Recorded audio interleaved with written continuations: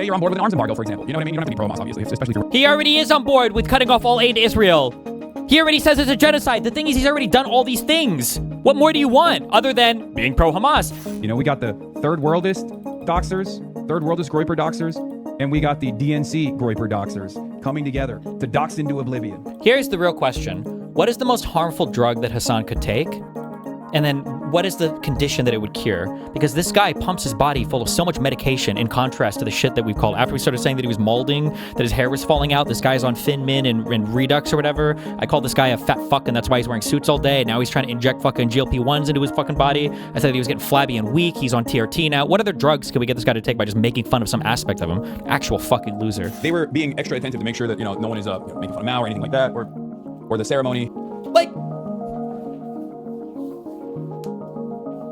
that's a crazy, as an American, spoiled American liberal, whatever the fuck I am, anybody in the Western world. Which he used to be associated with, that they were like, kicked him to the curb. I got excuse me? What? What is the fanfic that we're writing? What? I haven't been much engaged in the streaming community, but I'm in a group chat, right, with a bunch of, let's just say, leftists. And they like the tweet of you saying about the journalists and Hasan, like you should like pressure journalists. I'm just kind of curious. I won't be too long. I'm kind of curious on kind of your rationale behind that. If he's getting softball interviews from people, then people should be spamming the journalist on all of their social media platforms. They should be sending them emails, and they should be sending emails to their publications asking why they're not asking real questions to a person who's like at multiple points demonstrated just insane views that he's never had to answer for in front of the mainstream media. Have you also happy Canada Day, Mutin? But have you like, are you like? I know you spoke about this for a while. Have you been like against like the when they go low we go high thing? Like, I don't know. I'm not even computing that right now. I don't know how that factors into this. Like in the sense that like if Hasan is like DM is like calling journalists, he's like calling Twitch to like keep you banned, like kind of like running interference in that way. Are you okay with doing the same thing to Hasan? Yes. Okay, based, I guess. I mean, like, I don't disagree with you. I'm just kind of trying to I'm trying to get your rationale behind that because I'm like defending you and I'm getting grilled in this group chat. But I guess well, the rationale is, I mean, I quote tweeted the thing and asked him to defend Hasan's. I mean, we can watch the. Have you seen the Milwaukee journalist thing or whatever? No, not at all. I got a job in the provincial government, so I've been working like long ass shit. Sure. So okay. Well, let's watch this for a minute and a half. Big Maro said Piker is somebody who says extremely offensive things in order to generate clicks and views and followers. Who's not entirely different from somebody like Nick Fuentes, a far-right influencer or white supremacist. I love that they posted a photo of me and AOC right underneath that statement, by the way, immediately destroying the fucking counter narrative. While some on the Democratic Party have appeared on Piker's stream, others have said they wouldn't join him. I think that it's essential that candidates go on to have... First of all, I have a question. If you're going to write an entire article about me, why the fuck won't you ask me for comment? What kind of fucking journalism is this? Hope Carnop? Shame on you, okay? Fucking shame on you. Shame on the Milwaukee Journal-Sentinel too. How is this good journalism? I hope you got $7,000 from the Israeli Knesset to be able to write such a fucking idiotic hit piece. What the fuck is this? What is this? Just want to say, him saying that is fucking crazy. Fuck. Hold on. Yeah, actually, I'm so sorry. I need to qualify a little bit. I guess I wouldn't go as far as Hasan yet with like just the blatant crazy conspiracy theory making up shit yet. I'm not quite on board yet with the whole we should just make shit up and attack people with it yet. Maybe I'll get there though. Yeah. But so I'm not quite that far yet. But okay. Okay. You're not gonna ask me for comment at all? The fuck is this shit? Look, there are certain outlets that I'm not going to fucking respond to, right? Milwaukee Journal-Sentinel, I would have gladly fucking responded to. Look at the sequence of fucking losers, the graveyard of political campaigns that we have led that have openly criticized Hasan Piker. Like, suck my dick. Hong is among the 6 Democrats still competing for the nomination in the August 11th primary. Yeah. Hope Carnop can be reached out at hcarnop at usatoday.com. So he's got the name, he's got the weird anti-Semitic accusations, he's got the upsettedness and how horrible the article is that he hasn't reached out to him, and now he's reading off the email address to show all his fans where to find it. We already know that he's got a fan base that will like act on all of this stuff. Fucking ridiculous. This is like an unbelievable hit piece, dude. Anyway, it's a tiny newspaper, but it's still good to show him a little bit of fucking criticism for doing this kind of thing, because it's like it's disgusting. What they did is like so silly. Same author, but with a puff piece for Hong's opponent. Yeah, who's Andy Mansky, the other Republican running for governor? Yeah, profile piece by Hope Carnop. Same fucking outlet. Seems to me like we know exactly which direction she's heading. I just think it's deeply unethical to do stuff like this. Florida AFL, like I'm saying this as someone who's very clearly not a part of. I'm an independent media personality. I'm a political commentator. I let my biases be known. I obviously stump for campaigns. It's very different than like what a objective newspaper is supposed to do. But I care quite a bit about making sure that we have reliable, objective news reporting at a time when it is critical. Okay, it is the last bastion of defending democracy. I don't expect that from local news media. Even the New York Post, before they write a hit piece, will reach out for a comment. You know, even they abide by that standard. You can't be worse than the fucking New York Post, man. You can't be worse than the motherfucking New York Post. Nasty. Yeah. Ask me to defend that. I understand now. Yeah. Well, no, ask them. You should take that to your group chat and say, what do you guys think about this? Ask them. And then when they make a whole bunch of excuses or whatever, say, oh, well, you should go debate Destiny on stream about it. Yeah, he's open to all these conversations. I'll gladly talk to any of them if they want to chat about any of that, you know? Yeah. If we're going to be going and contacting, places and people when they just write puff pieces, etc., I think we should also, as DGG, go and contact people when they write critical, actual pieces and also give them praise. Not just stick, but also do praise. Yeah, I agree. I have a feeling, I've joked about this a lot in the past, and then it keeps happening over and over again. I feel like somebody in my space is going to be getting killed pretty soon. I have a pretty strong feeling that because everything is just amped up so much, and on the internet world now, and it's kind of happened in the real life politics world, every single thing has just been ratcheted up to the most extreme possible claim ever, to where every single person is a pedophile, every single person is a child rapist, every single person is a genocide supporter. Every single action towards any single person is acceptable, whether it's the mass stalking, harassment, revenge porning, leaking, everything, all of this stuff. I feel like everything has been ratcheted up so fucking high that something at some point is gonna break or give on this. And I don't know what that's gonna look like, or what it's going to result in. You think it's going to be a streamer, or you think it's going to be a YouTuber? What do you mean in this space? Well, I feel like the problem is that, I've said this before, there is no limiting principle on a lot of this far left shit. There's just nothing, nobody can tell these people no for anything. And online right now, they control the most unhinged, obsessive, stalker, harasser people, number one. Mm-hmm. Two, they get a lot, I think.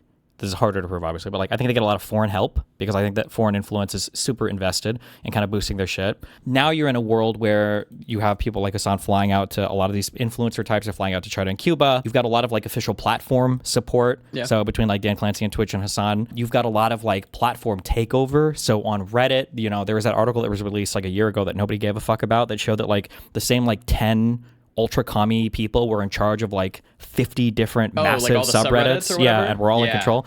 And you can see this everywhere you go on Reddit too. What was that post we looked at a couple of weeks ago, where somebody posted a picture of their cat, and people were like, "This is kind of a nice cat. I just wish that you weren't a Zionist, so you deserve to die," or whatever. It was insane. It was unhinged. And the problem is that because the center left doesn't engage in this behavior, and the far left does it with impunity, because they're never held accountable literally for anything, but also because they have really sophisticated structures built out to do it, and I'm noticing this more and more, all of the people involved, not all of the people, but there are increasingly larger numbers of people involved in this that are deranged, where they're either actually mentally unwell. You don't mean deranged as some of them are I think have psychotic issues. You can tell when they're posting over and over again these massive sometimes emails with tens of thousands of characters, or that are obsessively dedicated to just so much archiving and writing. It's unhealthy. There's just there's absolutely nothing to say to any of these people, right? The far right will use them sometimes to blow up the center left, and then the center left is silent on all of it. They can't. And then the only time the center left seems to speak on the far left is when they're saying well, maybe we should just be nicer to him. I feel this stuff, because it's just gotten more and more and more, that the Scott Wiener, did you watch the Scott Wiener videos? There were two of them. I didn't, no. Legislation specifically protecting queers on the sex offender registry is fantastic. I really applaud you for that, and I think you deserve to be here for that. But I think your housing policy, and specifically your housing policy aligning with YIMBYs, and I think your policy, and I think your policy on the genocide in Gaza, and I think your policy on the genocide in Gaza It's terrible. I think you do not belong here. I think you do not belong here. You do not belong here, Scott, anymore. It sucks because you've been wonderful. You've been wonderful for trans people, and you've been terrible. And you've been terrible. You've been terrible. You've been terrible on Gaza. You do not belong here anymore, Scott, and it breaks my fucking heart. It breaks my heart. It breaks my heart that someone who wrote good legislation for queers is so fucking terrible on Gaza. Scott, do you have anything to say? Do you have anything to say about Gaza? How It's just there was this, and then he showed up at a yeah, this is scary. Yeah, wait, and then where's the quick one where he showed up at that party or whatever? There's the dude screaming at him. But it's also stupid because, like, obviously this person likes his legislation on some things, but because he is against them, I guess, in their mind in Gaza, they're done. Like they're yeah, and I don't zero. even They're know nothing to actually them. what their issue is. Like this guy said, like he's called it a genocide. I think he's okay with like pulling out all support from Israel. He's like cucked out basically on every single fucking so position. he's like on their side, Yes. but just not maximally. Correct. Well, I don't even know what more. I'm not actually sure. I think it's because he beat their candidate that they wanted to run, who was like fucking kill all the Jews or whatever. One of those people. Hey, bro. Hey, This was him going to a restaurant. you gotta get the fuck out my hood, bro. It's free Palestine here. You already know what it is. We ain't against the genocide. You think you're gonna come to my neighborhood, bro? You fucked up. You fucked up. It's gonna be a problem. There's innocent children being killed I in think the Palestine. defeater to this is you start asking them questions about Israel and Palestine. Until somebody kills you? What? Like these people aren't here to debate. Well, I They're not guess, going to do yeah. anything. Like, what are you Yeah, going to do if yeah, you're yeah. this dude, right? You're.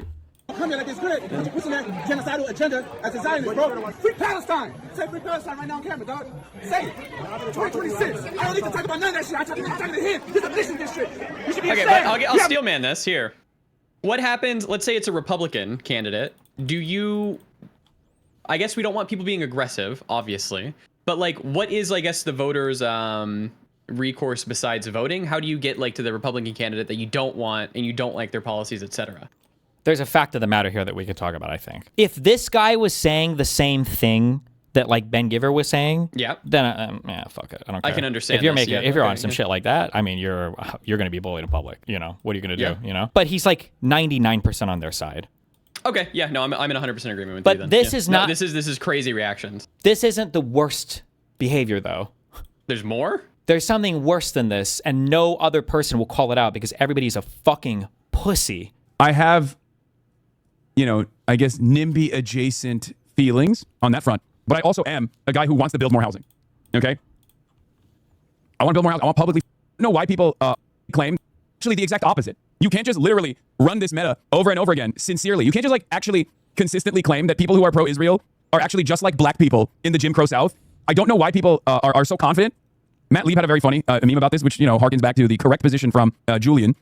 Hasan watches this whole thing. Same energy, says John Levine. belong here anymore, Scott. It breaks my fucking heart. It breaks my heart. It breaks my heart. I don't know why he thought he could go to one of the most woke spaces in San Francisco and think that it would be fine. I don't know. Maybe he wants these videos to exist. One of the most woke spaces. This is a guy who like authored a bill in the California Senate to make it so that third like non-binary options were on government forms, and it passed. And this is the guy who pushed to lower the HIV infection of another person from a felony to a misdemeanor to bring it in line with other things. Because Which is crazy, this is by the way. Well, I don't know. It's a thing, but he's been going to these protests for decades. This guy is like a super far left, super ultra wokey thing. But it's not even so much that this guy is being attacked by these people, or that there's a whole crowd of people here that thinks it's okay to do this, which is already fucking crazy and unhinged. But it's the fact that this is what I mean when I say there are no limiting principles. Hasan is here greenlighting all of it. This is like. I don't know. I'd have to think about it, I guess, more. I would almost say like arrest worthy. Like this is almost like as close as you can get to like maybe co-signing violence isn't illegal, like inciting to violence is, but like maybe he's getting his licks in, like he's just getting people to yell at him. Maybe he's farming sympathy. I don't know. I don't know what's going on here, but like, of course this is going to happen. What are you thinking? This is like This is like if I went to a what Klan does rally. Hasan think about like a fucking like a woman then like walking around at night in like a really bad neighborhood, like a gang neighborhood where like gang rapes are going on? Is he gonna be like, well, of course she should have known better? Like, why the fuck would you go to that it's a neighborhood? team. It's teams. Campism. It's whether or not you're on their but, team like, or it's against crazy. the team. If Like, it was an Israeli how woman, do then he his would viewers say, not see this then?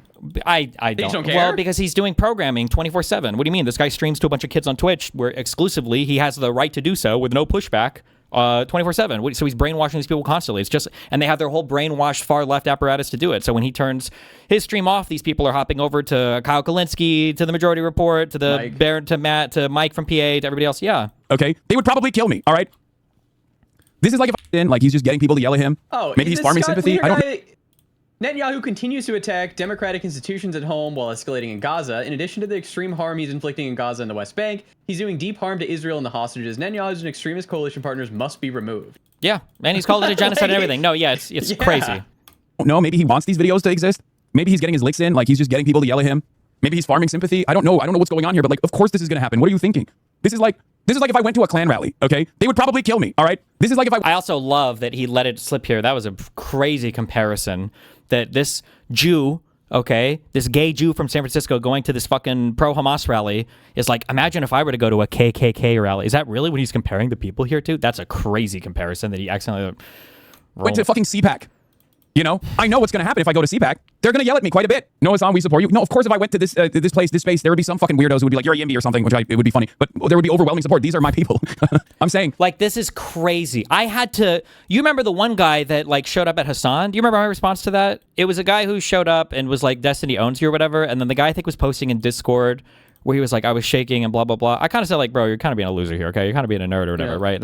And Hasan acted like he was getting harassed. Hasan acted like his life was on the line there. When he refers to that moment of DGGers coming up in real life and harassing him. Scott Wiener going to a trans parade or a pro-trans rally in Dolores Park is like me going to a fucking Klans meeting, okay? They're gonna yell at me. They're going to know who I am, and they're not going to be happy that my presence is acknowledged in that space. Do these politicians do their research on Hasan, or are they okay with this? It is a... the online stuff, there's too much. It's too much content, and you need a high level of sophistication and time to understand like what's happening here. Because generally for media figures, you've got a few episodes you can watch of their political takes, or you've got like news articles that you can read that they've written, and that's it. But for streamers, it's like 4 million hours of footage. How the fuck do you know what anybody stands for? And then obviously he's got his PR dick suck team working overtime, and then whatever other Cuban, Russian, Qatari, Chinese people are pushing whatever information about him. Like, how do you even know as a person? And then your staffers are like these 22-year-old teeny bopper dipshits who are, oh, it's fucking awesome communism, socialism. So how would you even fucking know? How would a 50-year-old dude even get information about him? He's going to sit down in front of twitching TV all day to try to watch the stream? Like, there's no way. Someone who wrote good legislation for queers is so fucking terrible. Wait, that was a trans rally? It wasn't even a pro-Palestine rally? No, I think this was just an LGBTQ rally. I'm pretty sure that's what this was. I don't believe this. But every single movement, every single rally in the United States now that has anything ostensibly to do with the left has become a pro-Hamas rally, a pro-Hamas fuck Jew rally. That's what all of these things are now. It's insane. Gaza. Scott, do you have anything to say? Do you have anything to say about Gaza? How could you do this to San Francisco? How could someone like you do this to San Francisco? Scott, say something. Redeem yourself. Do something. Scott, I want to like the If Hassan went to a gamer convention, okay, shut the fuck up. person who had such good legislation on trans rights. Scott, I want to support someone who's so positive on trans rights, but you're a piece of shit on Gaza. How could you do that? How could you betray queers? How could you oppress people? Yeah, I mean, this is catnip for like the centrists who are very shy about revealing their position on Israel because it's pro-Israel. Because they see this video and they go, see, you can't appease these monsters. You can't appease these monsters. They'll harass you endlessly, right? Like that's basically what this is for a lot of like the reasonable liberals who are pro-Israel, right? Like all these people are being so uncivil to our big, beautiful boy. There was also the restaurant one. That's another one. U.S. congressional candidate Scott Wiener has been was harassed by a Free Palestine activist, Scott, who's Jewish, had changed his stance on Israel, parroting typical Free Palestine rhetoric in order to get easy votes. It turns out that nobody's surprised that he still isn't spared from falling under the Zionist label that the Free Palestine crowd uses. One of the funniest parts about this, by the way, there are varying degrees of I guess, anti-Zionist advocacy and activism in this space. I think these guys would probably lose their minds if they heard some people say, I'm a normalizer or I'm a Zionist, right? Especially considering that, you know, for Hen Mazik and a lot of the big donors in the Zionist movement, I'm public enemy number one, right? I'm Mr. Hasanabi. And yet there are plenty of people who yell at me because I'll say stuff like, I think Brad Lander is sincerely critical of Israel, and yet there's an inconsistency born out of his, social conditioning. And I think, he's on his own journey. And that, for a lot of people, is automatically enough for them to be like, no, you're a normalizer. you're a fucking Zionist, you love Israel, you're basically doing genocide. To see somebody acting like this, or all these people acting like this, and then to greenlight it and cheer all of it on is just, that's insane to me. Was this like your breaking point for like your tweet, or was that the article? Oh no, it was him pairing me up with Bad and Banana. I'm super done. We're gonna be fucking. I'm trying to make this a thing where I want to be like, if new Hasan slot pieces come out, instead of just reading them, we need to find the journalist's social media, and then for at least like a month, it has to be like, hey, why didn't you ask this question? Hey, why didn't you do this thing? Hey, why didn't you blah blah blah? Like it can't be softball interview after softball interview after softball interview. It can't be this way anymore. The people shouldn't have jobs. Go do something else. Go write for blogs or go make a YouTube channel or whatever. If you can't ask any real questions or do any actual fucking investigation and any of the journalistic shit you do, because these guys do it. Hasan does it automatically. Like his audience does it for him. You can tell by the way that he calls everything out and signals everything. It's crazy. There is, Destiny. What was this 9 months ago? Hasan relates the Emiru incident to Destiny's behavior. Do you remember the Emiru incident? She was at a TwitchCon, and then some dude like basically crossed the threshold, walked up to her, and went to grab her, grope her. Yeah. Like, there is, Destiny literally fucking egged this shit on, and has at times straight up said, you know, Hasan deserves to be shot and killed. And he has actually promoted people in his community that have approached me in different instances. Frogan has been harassed by another one of Destiny's friends and content creators as well. You do, I do not. There is not a single instance where I have ever fucking thought that this was appropriate, especially because not only do I sometimes am on the receiving end of this shit, I also think it's like a objectionable behavior. It's horrible behavior. So, like, there are literal... Stop. Also, I'm going to be banning this behavior, too, going forward, also. I swear to God. And I'm going to have people remind me, too. No more sea lining for at least 1 month, okay? No sea lining for 1 month. As in coming by and doing the weird, cringe, autistic fucking tone policing.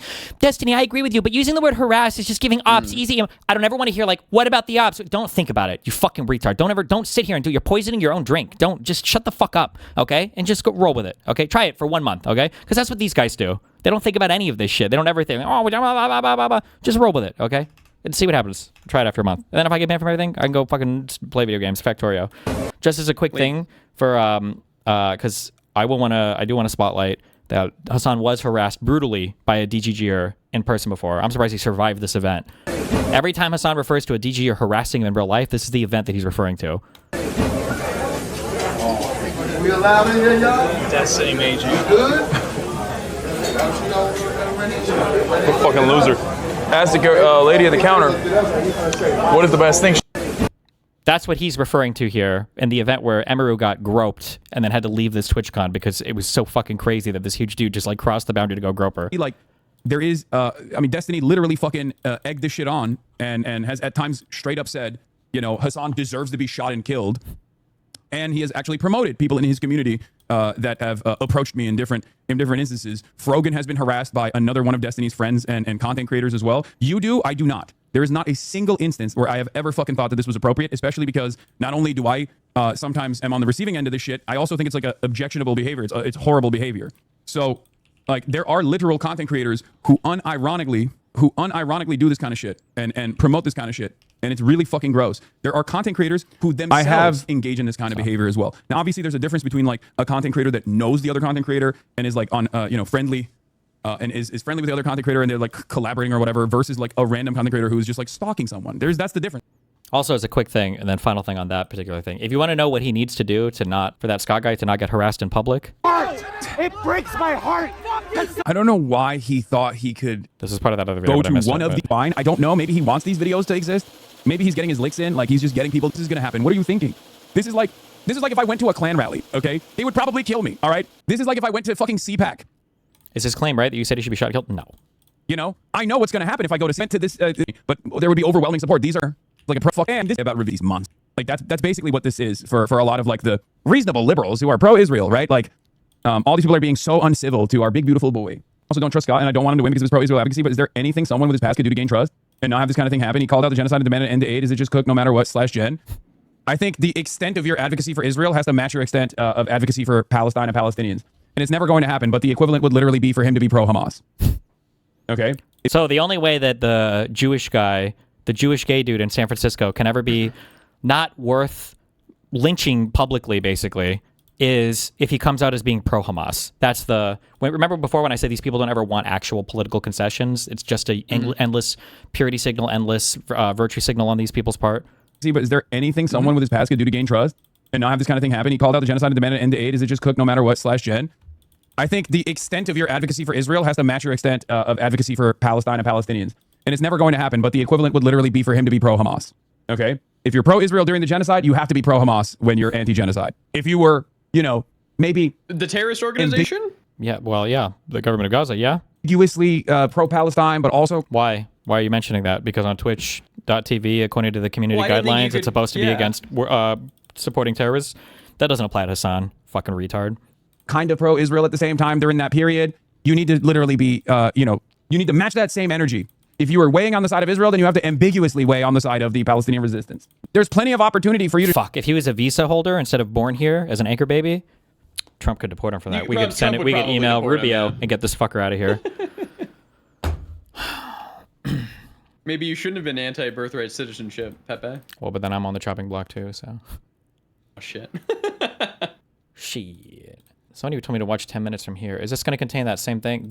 I'm sorry, this triggered the ever-living fuck out of me. B's, thank you for the 5 gifted subs. Oh, also, a coalition of some of the most Fed-coded forces are finally gathering together. Our haters are anemic. How much of that bad empanada video did I even watch? It was like 2 minutes, and then you were like, I'm bored. I'm not watching this. And then you left. Our haters must be anemic, but they are doing their very best. The real horseshoe has been unlocked. Joining forces off of their mutual and shared enmity towards a political content creator, it seems to me like the haters still want to maintain being waiters at the table of success. Never thought I would see the day when a far left, ostensibly, someone who considers themselves to be a far left doxer and a center-right liberal groiper doxer. You know, we got the third worldist doxers, third worldist groiper doxers, and we got the DNC groiper doxers coming together to dox into oblivion. Here's the real question. What is the most harmful drug that Hasan could take? And then what is the condition that it would cure? Because this guy pumps his body full of so much medication in contrast to the shit that we've called. After we started saying that he was molding, that his hair was falling out, this guy's on Finmin and Redux or whatever. I called this guy a fat fuck and that's why he's wearing suits all day. And now he's trying to inject fucking GLP-1s into his fucking body. I said that he was getting flabby and weak. He's on TRT now. What other drugs can we get this guy to take by just making fun of some aspect of him? Actual fucking loser. Fantastic. Level 7 hype train, ladies and gentlemen. Love you, dude. Thank you for the 5 gifted subs.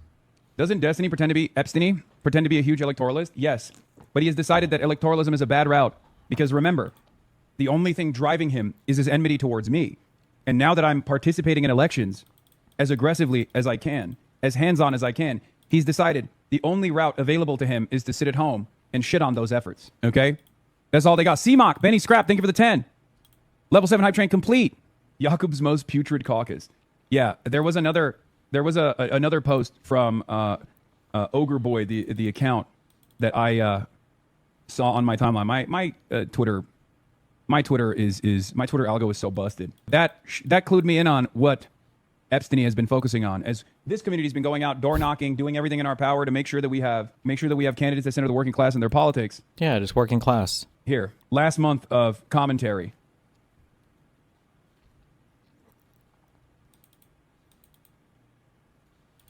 Is there a day that goes by that this man doesn't simply watch whatever the fuck I'm doing? Every damn day, dude. He says as he follows all of your Twitter. As he shit. likes and amplifies every single random thing on Twitter he sees about me. He calls me sex pastity, everything, every single fucking day. I wonder how his audience perceives this. Like at some point they gotta be like, dude, are we doing more Hasan content again? New LARP. Did he glitch? Ron Burgundy suit. You're just Matty style. He's overstimulated. He's going to cry about this for years. Shock collar Hasan, I can't breath. Okay, but for real, how much did Dan pay this man? You think he's going to blame you for this? No. He was zooming on the Revolution Hasan frame to see if you were reading talking points when discussing Gaza on a different monitor last week. Ogre posted about this as well, I believe. Or maybe it's Queen.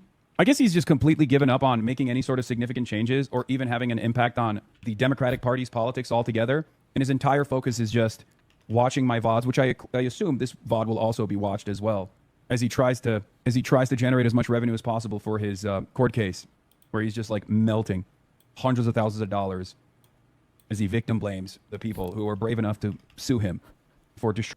Oh my god. How many millions did Dan cost us on? True. Yeah, there was another post from Ogre Boy, the account that I saw on my timeline. My Twitter. This was his reaction, like trolling him with the free Kai picture in Ireland. This is what I fucking despise about Ethan Klein and Destiny and Asmongold and Dan Saltman, whose addresses are all readily available in the same exact websites and platforms that they rely on, that their fan bases go to find my address. I don't even know what that means.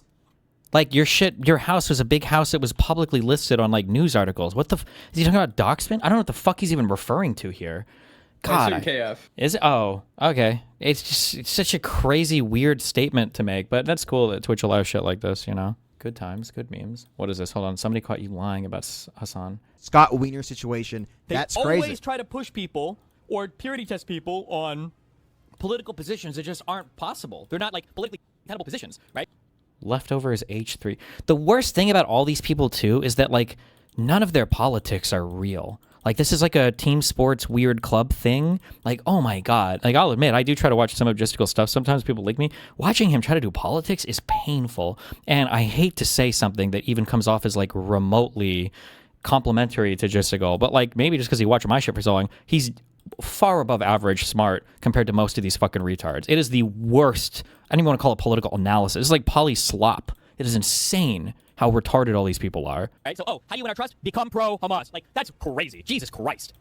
Never going to happen, but the equivalent would literally be for him to be pro-Hamas. One more time? They're not, like, politically tenable positions, right? So, how do you win our trust? Become pro-Hamas. Like, that's crazy. Jesus Christ. Never going to happen, but the equivalent would literally be for him to be pro-Hamas. Okay? If you're pro-Israel during the genocide, you have to be pro-Hamas when you're anti-genocide. That's a clip. That's a banger. You have to be pro-Hamas to win our favor. You are And then? You're not allowed to be pro-terrorism. Like, you can't even watch terrorist videos and be critical of them. You're, like, not allowed to do it. Terrorism and violent extremism promote unlawful violence and spread messages of intolerance. Twitch does not allow content that depicts, glorifies, encourages, or supports terrorism or violent extremist actors or acts. This includes threatening to or encouraging others to commit acts that result in serious physical harm or significant property destructions. For example, you may not display or link terrorist or extremist propaganda, including graphic pictures or footage of terrorist or extremist violence, even for the purpose of denouncing said content. Meanwhile, Hasan. Now, what's the full context of this clip really quick? Let's go ahead and take a look because you don't want to show the entire thing. Let's go ahead and take a look. Oh, that's me. I never show full context of anything. Wait, what? What other context is there? The centrists who are very shy about revealing their position on Israel because it's pro-Israel, because they see this video and they go, see, you can't appease these monsters. You can't appease these monsters. They'll harass you endlessly, right?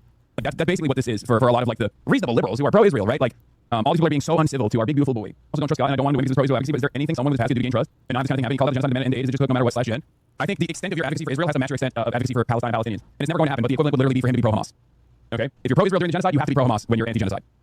If you were... So there's where destiny stops. That's where destiny stops. To try and make you think that Hasan is saying that you need to be pro-Hamas. There's nothing else you can do. That Scott Wiener needs to cut... Well, in this context, he's saying that someone like Scott Wiener, who was pro-genocide during that time and pro-Israel during that time, the only way that someone that deep into that can really atone is to go on the extreme opposite side of the spectrum and be pro-Hamas. That is the only way to genuinely show, because that would put Scott Wiener in a point where he's going to be constantly criticized by everybody, supporting something that everyone, at least in his realm, considers a disgusting terrorist group who only stands to do terrorism, and that's it. That's all they ever stand to do.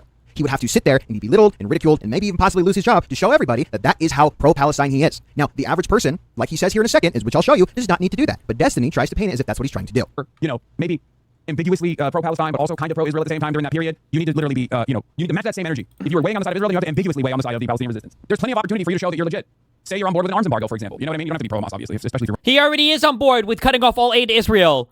He already says it's a genocide. The thing is, he's already done all these things. What more do you want other than being pro-Hamas? He's trying to imply the implication that Hasan is giving. Sorry, fuck. I suck at the demagoguery thing, and I understand all these actors are malicious and lying about everything. But the point that Hasan is giving is that if you supported Israel in any way, size, shape, or form at all, you are supporting dogs raping Palestinian prisoners. So the only way you could ever match the same energy you had of ever being supportive of Israel in any degree whatsoever would be to support Hamas on the other side. That's the equivalent action. That's what Hasan is saying, obviously. Because otherwise, why isn't any of the things this guy has said or done, why isn't any of that good enough for him to go to a trans rally, an LGBTQ rally that he's gone to every year for the last 24 fucking years? You're running for office in America, that's a joke. But like, there are positions that you could adopt that are actually, going to show people who are paying close attention to this issue that you are a lot more real than other people. Of course. But does Destiny show that? And this isn't like some Destiny snark account. What do you think we missed? This literally tells you to go follow Destiny. This is a pro-Destiny account. You don't think that they would show that? You don't think that they would show that? That's crazy. That is insane. That is such a lie. But hey, it's whatever. It's fine. I guess we could just keep not showing clips of it. Okay. You literally watch that as well? Yeah, I generally watch everything. I'm the only one who doesn't have the... What does this sound? Watching me Destiny v Destiny accounts or the fucking, like Ogreboy or the fan accounts or the 50 million slop accounts about me. It's okay. Federal agents have detained Carlos Antonio Yoga Dominguez, a Cuban national accused of facilitating Hasan Piker's visit to Cuba. Is it today? Yep, July 1st. Uh-oh. Destiny, imagine showing out about not reacting to the entire thing when Hasan was literally reacting to a still fucking screenshot for the bad empanada comparison. Yeah, because of course they never use their standards ever. Hold on. Was this a honeypot? Do I need to ban people in here? Oh, please, God, just ban them all. Ban them all. The problem with you typing that is when somebody dies, they're going to be like, see, he was calling for it. Yeah, but I mean, I don't care. I don't stop. I just said don't do that anymore. You're banned. Oh, well, I'm not rhetoric flattening you. No, I know, but like, it should just be nobody, none of the tankies can call anything down. None of MAGA can call anything to calm down. It only has to be the liberals saying it over and over and over again. It's fucking retarded.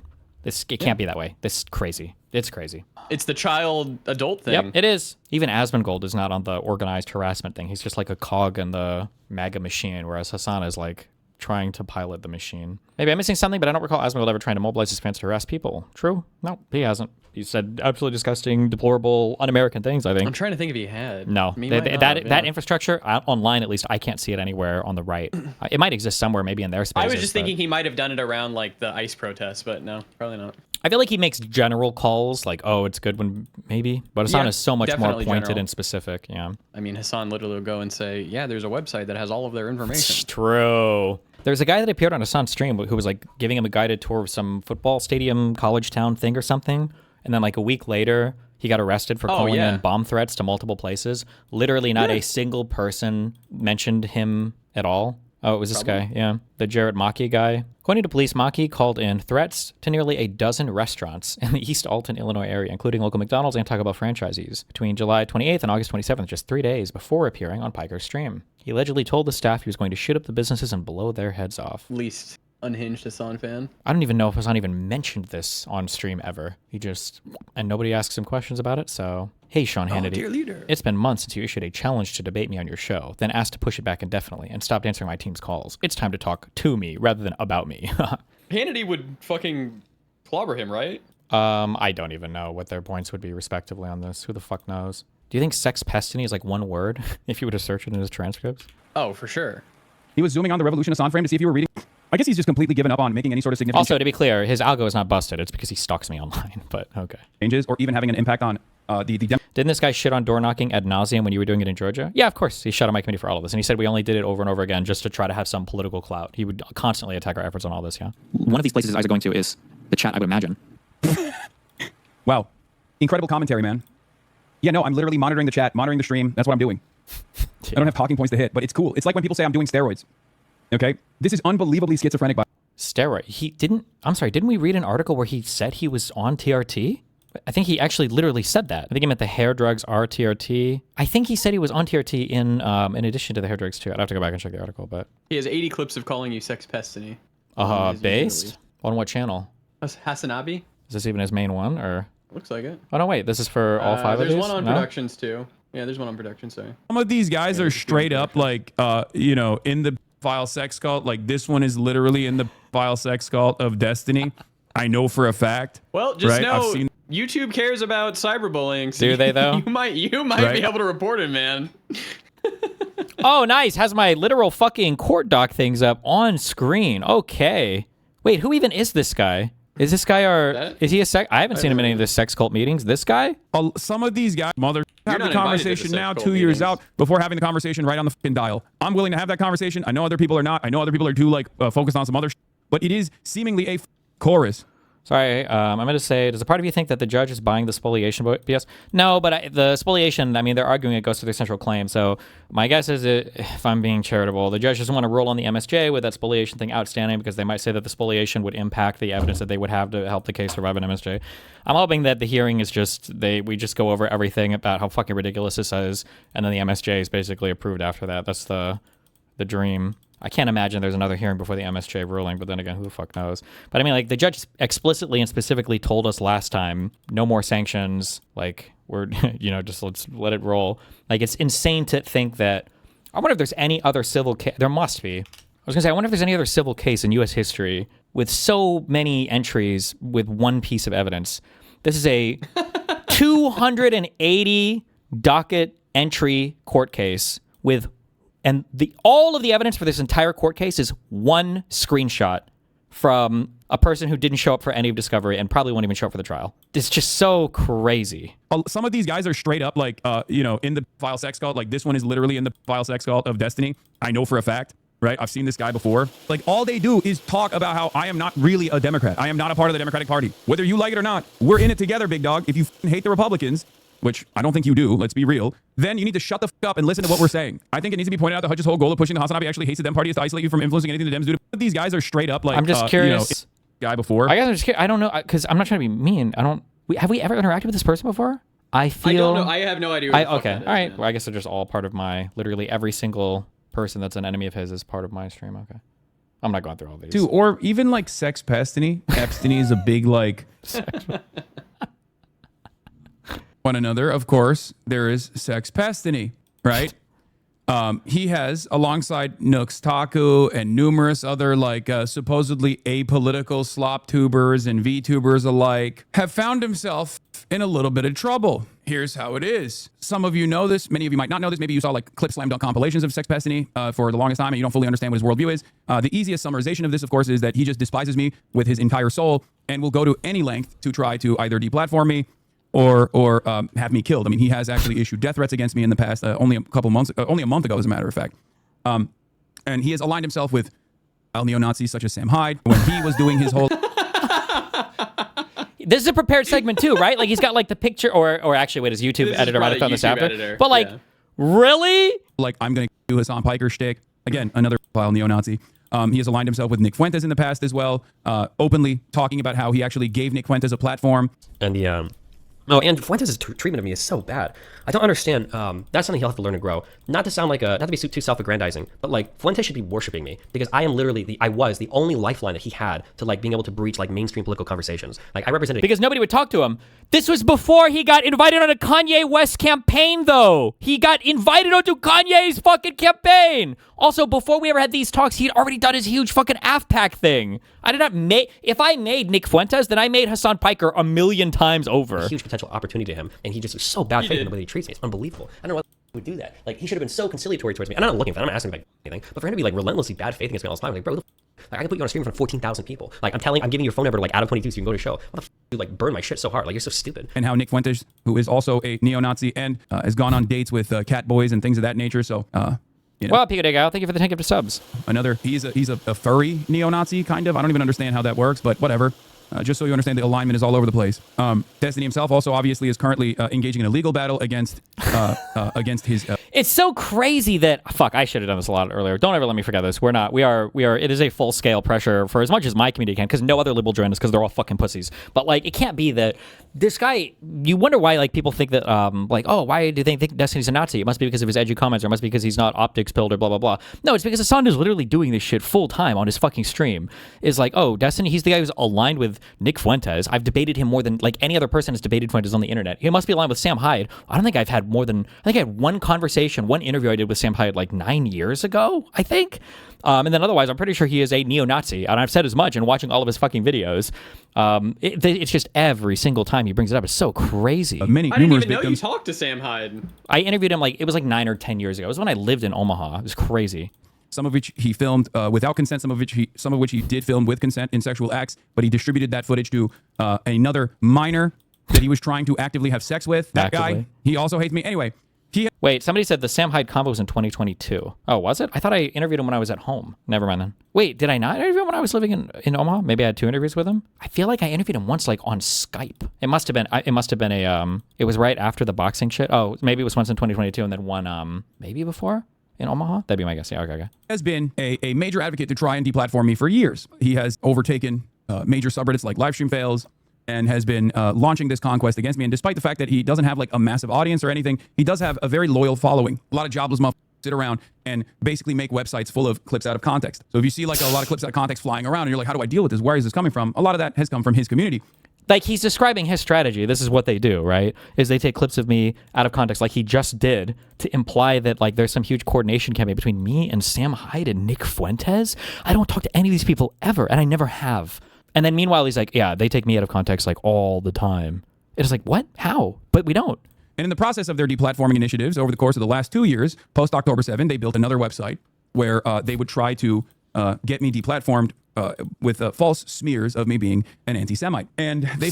Well, people are saying that he has this hanging up in his background. Is that true? I've seen that picture the dog cage, genuinely, if I recall correctly. Okay, weird. I don't know, his background's ugly. I don't know. Well, it's just a lot of slop, kind of. Like, there's no theme. It's just a lot of stuff. It's busy with no direction. It's ugly. The angles aren't angling. Well, he also had to move his stuff around awkwardly. It was better positioned where he was kind of more in the corner, but he had to move it because Kaya wasn't able to be electrocuted anymore to stay in one spot. You're laughing, but that is seriously what happened. No, After I the know, Kaya I stuff, he know. had to move his camera because He had to his move dog it, wasn't he did. trapped in the background all the time. Yeah. Stop talking about cease and desist letters. Sending a cease and desist letter is literally the most retarded possible thing you can do if you're not willing to follow it up with a lawsuit. I'm not going to just send empty, hollow cease and desist letters to people. And I do not have the psychological bandwidth, the desire, the money to start firing off 20 million fucking lawsuits at people. So I'm not going to just be sending empty fucking cease and desist to Hasan to make him stop fucking calling me a fucking rapist. It's retarded. Maybe after my current lawsuit, sure. But whenever in 2029 or in 2037 or whatever, when it's over. Speaking of weirdos, Kick streamer Destiny is now instructing his audience to harass any journalist or content creator who collaborates with Hasan and claims someone is going to die very soon. Somebody's going to die soon in this space, I'm pretty sure, he said. I'm not sure who, but I think it will happen soon. There's literally nowhere else to go at this point. Somebody's going to die soon in this space, I'm pretty sure. Just as a heads up, I am going to be doing some mass harassment campaigns on every single journalist who gives this guy free interviews from now on. In a deranged rant, Destiny praises Asmongold and XQC for having integrity, while crying over Pokimane and Philip DeFranco for staying friends with Hasan.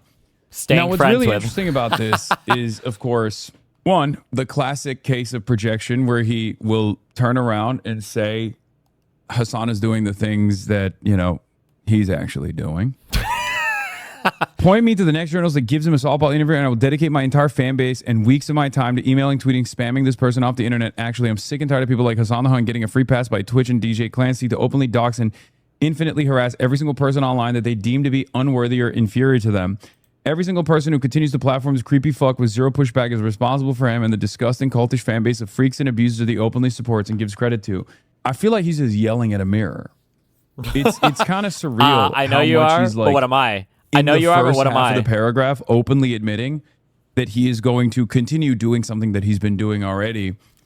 And then in the second half of the paragraph says, I'm doing that. Yeah, no, I'm not. I'm not actually doing that. Have you considered, though? I know you are, but what am I? Also, fuck every single streamer who collaborates with this abusive piece of shit who's too fucking scared or too obsessed with their own clout to ever call him out for it. Besides at XUC and at Asmongold, I'm not sure I've seen a single other creator in the space who has the actual integrity to say literally anything about him. It's just infinite capitulation for people like Pokimane lol. Oops, that was our employee who wrote that whole statement and canceled that episode. Lol. At Ludwig Ogren, we're just coworkers, guys. Law. Philly D, got to make sure to email Hasan and get his side of the story before I publish. Ah ha ha ha ha, etc. etc. etc. It's gross how complacent the whole Why is this normal laugh? Why does it sound like the AI laugh? Broke boy. Ah ha ha ha. space is with this disgusting freak. Yeah, you definitely sound normal with this rant. I definitely come across as like. Just there's a lot of these people will follow me for like the reason why I will be doing this, and I will follow through on this. There are a lot of people that will retweet me and then follow me, and then they'll unfollow me after like a day because they end up getting harassed by people like Hasan so much. He did it before in the past. The Shannon person, I think, followed me for all of like a couple hours until they started getting spam tweeted at that I'm like a rapist, pedophile, or whatever. And here he tries to do it again. So I am going to do this. I'm just doing what Hasan does. I'm just open and honest about it, whereas Hasan lies about it. So she's tweeting at Al Sayed isn't just associated with Hasan Piker. He's inviting him to his rallies. He's also campaigning, blah, blah, blah, 4 hours ago. And then Hasan, you retweeted Destiny, though. The deranged person here, I think. Also, he's just, mad at Philip DeFranco for asking for my side, which is like normal, asking for a comment. And it's all just advancing their own personal narcissistic desires. It's a way to like galvanize their audiences. Is that what he does? Like is it all just personal narcissism? There's no way, right? That their audiences are on board, that their audiences are doing something. Do you think Pokey, Ludwig, or Philip will respond? Fuck no. Are you crazy? You think these guys don't know what? Fuck no. I've already messaged all of them and warned them ahead of time that they're not allowed to say anything publicly at all, or else I'm going to burn them hard and my whole audience is going to come down on them and harass the fuck out of them. Both Asmongold and Destiny's audiences do. Why the fuck do you think they're so quiet whenever these guys do? Does the DeFranco guy ask everybody for comment? Fuck no. Insane shit. It's ironic because Destiny will constantly talk about like how I'm bullying people. Every single content creator in this space knows exactly how Asmongold operates, knows exactly how Aiden Ross operates, knows exactly how Destiny operates. How fucking desperate I don't even know. Maybe just because I don't follow like his lies as much, but why is he so desperate to pair me and Asmongold with Aiden Ross? What does Aiden even do now? I feel like I haven't heard about him in 6 months. I'm not trying to talk shit or it. I just feel like I don't even know. I have no idea. I don't even know. They literally never. Oh, because he's Jewish? I don't talk know. About these people for that reason. Not because they like agree with them politically or whatever. It's because they're just like fucking terrified of being on the receiving end of, you know, a 7-year smear campaign that I have experienced. Oh my God. Yeah. Everybody else sees the fucking harassment that I receive and they don't want any part of it. And why should they? I do understand why people would shy away from it. Destiny explains why he thinks Hasan always loses to Asmongold in their verbal spats on Twitch, especially in this format. Asmongold will always win because Asmongold can engage with the facts more honestly. Hasan is having to fight Asmongold on like 2 or 3 different levels here. I like that Destiny is saying Asmongold will always defeat Hasan because I agree with him that Muslims are an inferior people. That's what I said? Does he even watch the clip? What? That is actually true. That is true, yes. 100%. I think I did say that, I think verbatim in that clip. I didn't mean to. Normally I try to keep my bigotry like really hidden, but I think it was right after. I was like, yeah, I think Muslims are all inferior humans, and I think Asmon agrees too. That's why he's always going to win. And then I fucked up. I tried to get rid of it, but he must have caught the VOD. Fuck. To the superior Westerners. And it's like, and he's supposed to be this liberal guy. Ooh, I like that little slip there. It doesn't seem like a big deal, but Muslims are inferior to the superior Westerners. It's not even Muslim versus like Christian or Muslim versus Judeo-Christian or whatever. That doesn't make as much sense. But like, it's Muslims versus Westerners. Like, there's no Western style Muslims. What does he consider Saudi Arabia? What does he consider Muslims in the U.S.? That's a funny thing, whatever. But it's all campism in his brain, right? The West is like the enemy, and anything versus the West is good. Very strange behavior overall. Don't understand it. I feel like there are way more productive things to do.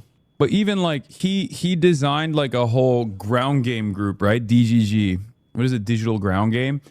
And the entire thing, the entire like supposed door knocking operation, canvassing operation is dedicated to shit posting online against Destiny's enemies and like begging them to kill. It's funny that he's trying to do the same thing now with the digital ground game guys as he tried to do with Progressive Victory. Or I guess he did do it. Anything that I'm associated with has to be nuked. If, man, I hope the digital ground game guys are careful about whatever gets posted to FEC filings, because you know he's going to be reading out whatever addresses and everything. And you know that the pedophile pervert fuck Dan Clancy is also going to be covering Hasan's ass for every fucking doxing, harassing campaign that he does on Twitch too, which is super sick actually, to be friends with the CEO who will literally cover for every fucking thing you do. I mean, that's fucking Kino. I'll give Hasan credit for that. Fucking loser. What a fat fucking disgusting fucking piece of shit. I'm just kidding, actually. I don't even know if sorry, when I said what a fucking disgusting fat fucking piece of shit, I was talking about the disgusting fat piece of shit Dan Clancy, not the disgusting fat piece of shit Hasan Piker. Sorry. I don't even know if Dan has time to cover Hasan's individual campaigns though, because I know he's too busy scrolling all the little girls on fucking Twitch or whatever that shows up on his phone every time he opens it to show off a new Twitch feature. Themselves or begging them to debate Destiny and like try to fucking carve out relevance for Destiny. It's like so strange. Can you imagine if I was like redirecting the Democratic Socialists of America to fight against Destiny all the time? If I was like, hey, can we get some DSA accounts to like constantly tweet about Destiny? That would be fucking insane, right? Which is funny because he does do this exactly with all the snarker people. That's his crew for this. This is like a good, not that I would ever do this, but this is like a decently effective like gaslighting tactic. Whenever you've been caught doing some like don't ever do this. This is for educational purposes only. Don't ever do this. But like, if you've ever been caught doing some like pretty fuck shit, but you have like, you're pretty smart and like what you did was like so fucking retarded and you've got like a friend or a girlfriend or whatever trying to call you out on it, to just like state the thing itself. Be like, okay, hold on. You seriously think I would be so fucking stupid that I would steal like all the money from your counter and then buy a thing that you would literally see sitting on my desk? That you really think I would do something that fucking stupid? Seriously? It's like a good gaslighting tactic, right? Because that is pretty fucking dumb. Like, really? It can work. It can work, okay? But he just does that. That's his whole MO. And no one would do that anyway. Oh, true. That would be an insane thing. It's like, be a fucking adult. The fuck's wrong with you? Be an adult. I also like how he's become like, I wish I could know the path sometimes that these people take behind the scenes. Like the kind of man-child. He's like, okay, well, I need to wear a suit because the suit is what you wear to look professional. I'm guessing because some of the campaigns that he was working with we're telling him like, bro, this shit is cringe as fuck. Like, you can't show up in $20,000 outfits that also look like shit. Okay, this is retarded.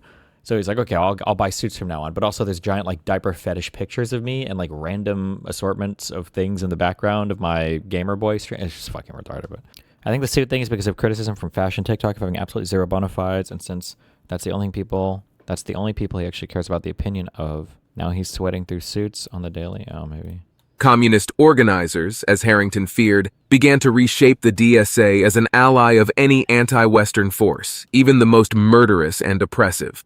After Russia invaded Ukraine in 2022, the DSA opposed the invasion but blamed it on the expansion of NATO and the aggressive approach of Western nations, and opposed any military aid to allow Ukraine to defend itself. The breakpoint occurred after October 7, 2023. Many pro-Palestine student activist groups endorsed the Hamas attack. I want to join. I just want to go. I need to do 23andMe, okay? I needed some Ukrainian blood. I just want to go to that place. I feel like we had an actor president in the United States of America, and it was Donald Trump. And it was just like an actor who tried to convince the world that he was a real businessman, ends up convincing America he's a real businessman, and then becomes the president, and then we find out that he sucks shit at everything. And then you had like an actor who was like a goofball Ukrainian dude who becomes the president, and then you got to admit that for everything that's happened, like the story of Ukraine has been pretty unbelievable, right? That, I mean, everybody thought they would lose that war in 2 weeks. And then everybody thought that they would slowly lose the war over the next couple years. And then as of today, Ukraine is on like the cutting edge front of like, and not just like cutting edge in terms of like, we got guys that we can go and just fucking die, you know, and send a whole bunch of people to get mowed down by machine guns, but like on a technologically sophisticated and then like combined use of force doctrine shit on battlefields all across Ukraine. I don't know. It's like, it's pretty insane, the story of that war, given the starting position of Ukraine, which was atrocious, and then given the starting position of Russia, which wasn't that great, but I don't know. It's literally everything about that has been pretty unbelievable. Why were there even protests immediately after October 7th? There were no protests immediately after October 7th. There were just Hamas rallies to like cheer on the attacks. Is it. What do you think you are, Republicans? Reminder that there were literally live stream setup of Gaza being bombed on October 8th. You could watch, but yeah, nobody cared about Israeli retaliation. It was all Hamas support. I'm sorry, but if your sympathy on October 8th was immediately with Gaza, you probably just fucking hate Jews. Dude, I don't even like Jews, and I hate the anti-Semitism thing. It's so fucking cringe. But like, one of the reasons why anti-Semitism is so cringe is because not only are Jews cringe, so I don't have to fucking defend them, but also like anti-Semites are so fucking cringe. It's like, so it's the most boring. I feel like anti-Semitism is the most boring form of racism because it lends itself to the most retarded fucking ideas. Like, race realists can at least do this whole like, you know, DNA, genetic shit, and they can talk about culture and everything else. But the anti-Semitic shit it's so mind-rotting. Holy fuck. Like, I bet that per capita, there have been more intelligent racists throughout all of history than there have been intelligent anti-Semites. Like, I feel like at some points in history, I bet racism is like, unfortunately, a product of the time. Like, you just have people who, oh yeah, slavery and racism and blah, blah, blah. But throughout all of history, anti-Semites are fucking retarded. They're like, I don't understand the world. It must be the Jews doing everything bad. Oh, like every single fucking time. It is the most boring because like, if you're a racist, let's say you're a plantation owner, okay? You come in and your clothes are not as cottony as you want them to be. You oh, my damn slaves, you know? But that's it. But then let's say your wife is like, why you got a little dick, okay? Why do your kids hate you, all right? Whatever, what's a good Southern plantation owner's name? Claude? I don't know. Fuck you, Claude, right? Well, fuck. You know, I can blame my slaves for my clothes, but that's it. But if he was an anti-Semite, oh, my wife thinks I have a small dick? Why? Because Jews have been showing you BBC porn all day? Oh, my kids hate me? Why? Are they listening to some Jewish school teacher? Every single fucking problem in your life can be blamed on anti-Semitism. When you have anti-Semitism that is rotting your mind, every single bad thing in your life becomes the Jews. Listen to fucking Hasan. Hasan is so deranged on anti-Semitism in Israel, it's almost as big a deal in his life as DGG stalkers. That's how fucking unhinged he is when it comes to this shit. Oh my God. Okay, sorry. Destiny's funded by Qatar? Please! Foreign country! Influence me and fund me. I'm the only motherfucker in this space that doesn't have some foreign sponsor. I don't know why. I can do propaganda, I promise. Okay, I promise. Contact me. Hit me up in my email, or I'll get a Signal thing, and you can contact me there. True, dude. We are the Jews of the world. DGG, I mean. Remember when the Jews were blamed for both capitalism and socialism at the exact same time? I feel like this was happening. People said capitalists and Jews and whatever fucking looted the post-Soviet Russia during one of the big calling cards against Jews in like the late 20s, 30s Germany was that somehow they were going to help not the Soviets. They were going to help the communists rise up in Germany and take over everything because they were influencing the culture and the Bohemian culture was taking over and they were subversive, blah, blah, blah. Like Jews are behind every single fucking problem. Destiny, not a joke question. Do you believe you can be pro-Hamas without being anti-Semitic? I think you can be. I would say that is, in a way, that's almost my position. This is so into you have to know anything about anything to even have this conversation, but like, one of the reasons I don't like calling Hamas a terrorist organization is because Hamas is the government of the Gaza Strip. You can't just call them terrorists. It's the government. Hamas is the government. So you can't just write them off as a terrorist org. And I think that there are legitimate grievances that the people of Gaza have, that the government in Gaza has, that Hamas has related to the Palestinian Authority and the PLO, related to Israel. Like, you can have that position, but these people don't even know anything about anything. They can't even begin to have this position, right? Just to be clear, your position is that on October 8th, people who are worried about Israeli retaliation shouldn't have settled on anything because they could be confused for support for the attacks. I'm saying that if you are having a rally the day after in support of a country that just launched like the largest terrorist attack of all time, there's one of two things happening. Either one, you just hate Jews, okay, which is fine base, okay. Or two, you're so fucking retarded and clueless for how that could look that you might as well hate Jews. You are immediately going to be co-opted by people who hate Jews. Immediately, like on day zero, that's an exploit. Your mind is going to be hijacked because you're so fucking retarded that you don't even understand how fucking stupid it looks. Like, I don't even. What do you want me to say? This hot take. Even if you think Hasan is anti-Semitic, it's literally the worst attack you can do on the balding fuck. He can just get normies to watch clips and frame his haters as lying because the best. Yeah, kind of. So again, the thing is, I'm so glad I got this email a long time ago from that one guy. Way that leftists get at anti-Semitism is very strange. In effect, it plays out the exact same way. No, sorry, it plays out in a worse way than it does with Nazis. Because again, and I firmly believe this, Nazis want the Jews out of America, and they want the Jews to stop influencing America. Lefties want the country of Israel destroyed, okay? So their hatred for Jews goes outside of America. But Nazis get there through their retarded conspiratorialism that Jews are controlling the United States of America. Lefties get there because they are aligned with every opponent to the United States of America, and they are aligned against every friend to the United States of America. So because lefties view Israel as being a Western-friendly, Western-style nation, which it is, they hate it. And so it's like the enemy. But they don't technically have... I don't even think I'm comfortable against him anymore. I was going to say they don't technically have like the anti-Semitic stuff because they really do believe. Actually, never mind. But leftists have every single anti-Semitic belief that Nazis have. You just have to replace Jew with Zionist, and every single thing will map on one-to-one. Because I was going to say they don't technically believe like in the crazy conspiracies to control the country and all that, but they actually do. But they would just say it's Zionist rather than Jewish is what they would say for everything, and then it would be a one-to-one. I'd say there are definitely also Nazis that want to exterminate Jews, but they're not as public about it. Did Hitler ever even talk about like going to like the Middle East and finding and killing every Jew? I mean, I know he did in every country he took over, 100%. And I guess maybe if he viewed, I don't know if he thought the Nazi Empire would take over the whole fucking world or whatever. Maybe I'm sure he would have if he wanted to. But it's so hard to envision like what would a Nazi Germany's foreign policy have been like across the world. I don't know. Maybe they would have. People are saying that Hitler had the leader of mandated Palestine in his pocket. Sure, the al-Husseini guy. But I think that was because wasn't al-Husseini also up in Europe, like helping to recruit soldiers for the Nazis? Like it wasn't like Hitler was sending resources abroad, I don't think, to help like al-Husseini in mandatory Palestine. I think it was al-Husseini was going up to Europe to help him do like soldier recruitment and stuff. I could be wrong on that. I think he was in Germany though, right? I'd have to go back and recheck on that. It's been a while. Okay, maybe the Atlantic doesn't have a big operating budget. I do feel kind of bad though if you're like a voice actor or a reader. Like good readers are, I feel like, really important. If you've ever listened to audiobooks before, the difference between having like a good reader or not, I think is pretty big. It's kind of sad that they don't just like hire somebody to read their articles and instead just do the AI voices. Like even if it was just like $200, no? Wouldn't that be nice? Is that really that expensive? I don't know. Dumb question, but how do you distill to audience in simple terms how DSA have ulterior motives that aim to dismantle liberalism?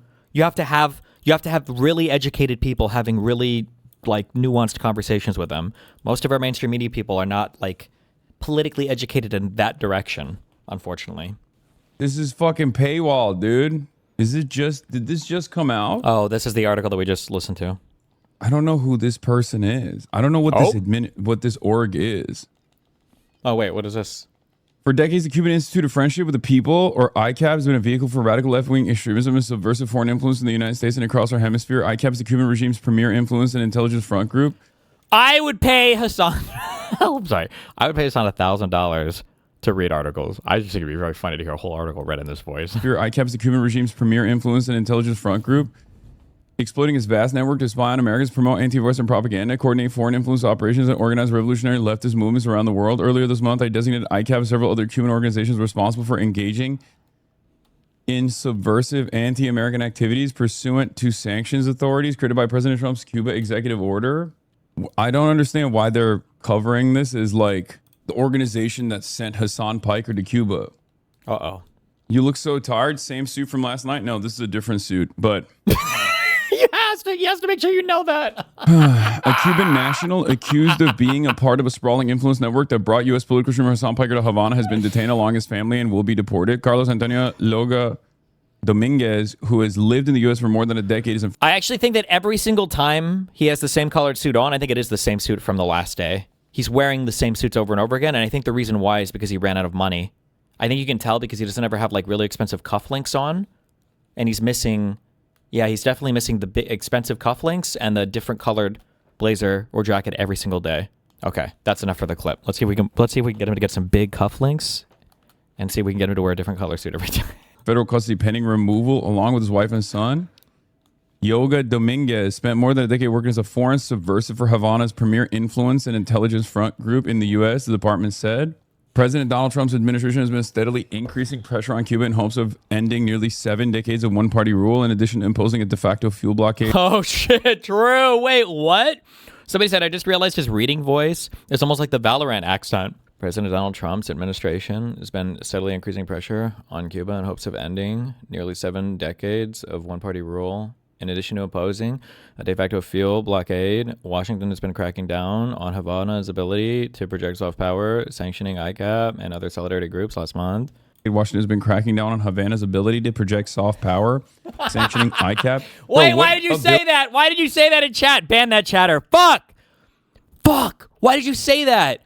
No! This is the Valorant accent. Passively playing video games while I sit home and making 6 figures. Don't mind me. It's how the Valorant player communicates. Or how I get fucking Immortal 1 Ascendant players in my game. And a lot of people think it's stupid. Oh, GG's, dude. So we're just leaving Spike and Spawn? Shut the fuck up! I don't think it's stupid. Something about the Valorant accent intrigued me. Why do people talk like this? How can I talk like this? Who started this? Why do I even care? Ability does Havana have to project soft power? It's literally just it's only when he's reading. Bad. It's only when he's reading for Neither some reason. Parker nor ICAP immediately responded to the email request for comment. I did not see an email. Why? Founded in 1960, the organization was thrust back into the news in March when it sponsored an international humanitarian aid convoy that delivered 14 tons of aid to the island. Among those were participated were Piker, co-pick founder Medea Benjamin, and former UK Labour leader Jeremy Corbyn. Piker and Benjamin have both have been sent administrative subpoenas by the Treasury Department's Office of Foreign Assets Control in relation to that trip. Fox News reported in May. I have not received a subpoena. Neither Piker nor ICAP immediately responded to the email request for comment. Coping spokesperson confirmed that Benjamin received the OFAC request and said the administration is complying with it. Cuba insists that groups like ICAP are simply advocacy organizations, but announcing Yoga Dominguez's detention, the State Department called it the central node in a sprawling Cuban intelligence. Okay, somebody said is expected. Also, the Atlantic has continued. Saw the article here. It's not in elected office, and whose families keep them strong and centered. Yeah, I mean, look, it's a basic concession speech. It's expected. Also, the Atlantic has continued New York Mag's tradition of not fact-checking Jonathan Chait's lazy, error-laden column. Chevalier won a primary for Congress, not the State House. He also misspelled my name. This is not his first article he's written about me, by the way, so it's kind of crazy that he's still misspelling my name. Hasan Piker, who is one of DSA's most influential advocates of campaign for several of the candidates it has endorsed, said recently at an event, I wish they'd stop calling me a radical. None of these people, he said, gesturing to the crowd off screen, are radical. They just want healthcare. They want an end to American militarism. They want to spend money on roads, on infrastructure, on schooling, on healthcare, rather than bombs overseas, which I assume Jonathan Chait followed that up with. He is actually a radical and a terrorist, and here's why. Okay? I suspect that article that he wrote follows it up with, no, he is actually a radical. He is actually dangerous. He is See, he does a really good job at this. So he didn't even read the article. I don't even know if he brought it up on screen. He's got a guy who's clipped parts of the article for him.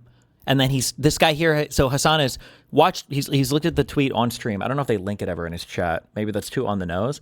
But he reads this guy who has linked to the author. He's tagged the author. And then he's got pictures of the article for things that he wants to criticize. This continued New York Mag's tradition of not, it's still misspelling. There's one help, which I assume Jonathan Chait followed that up with. He is actually, I suspect he is actually, himself has followed the DSA's militant line. Okay, he's got the archive brought up because he can't.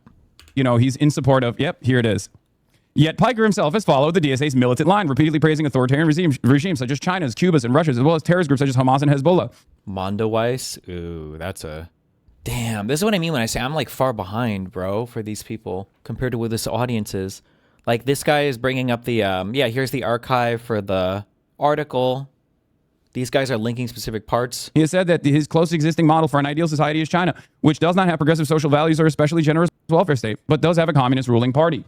I like that there is no nuance afforded to this analysis, especially considering that in that interview, I described the many criticisms that I have. I have never praised Russia, by the way. It's ironic that they say it. It's just like a Trumpel, right? With the way that he speaks here, right? I like how they say that I support MAGA when people ignore all of my criticisms of Trump. All of my criticism of Trump.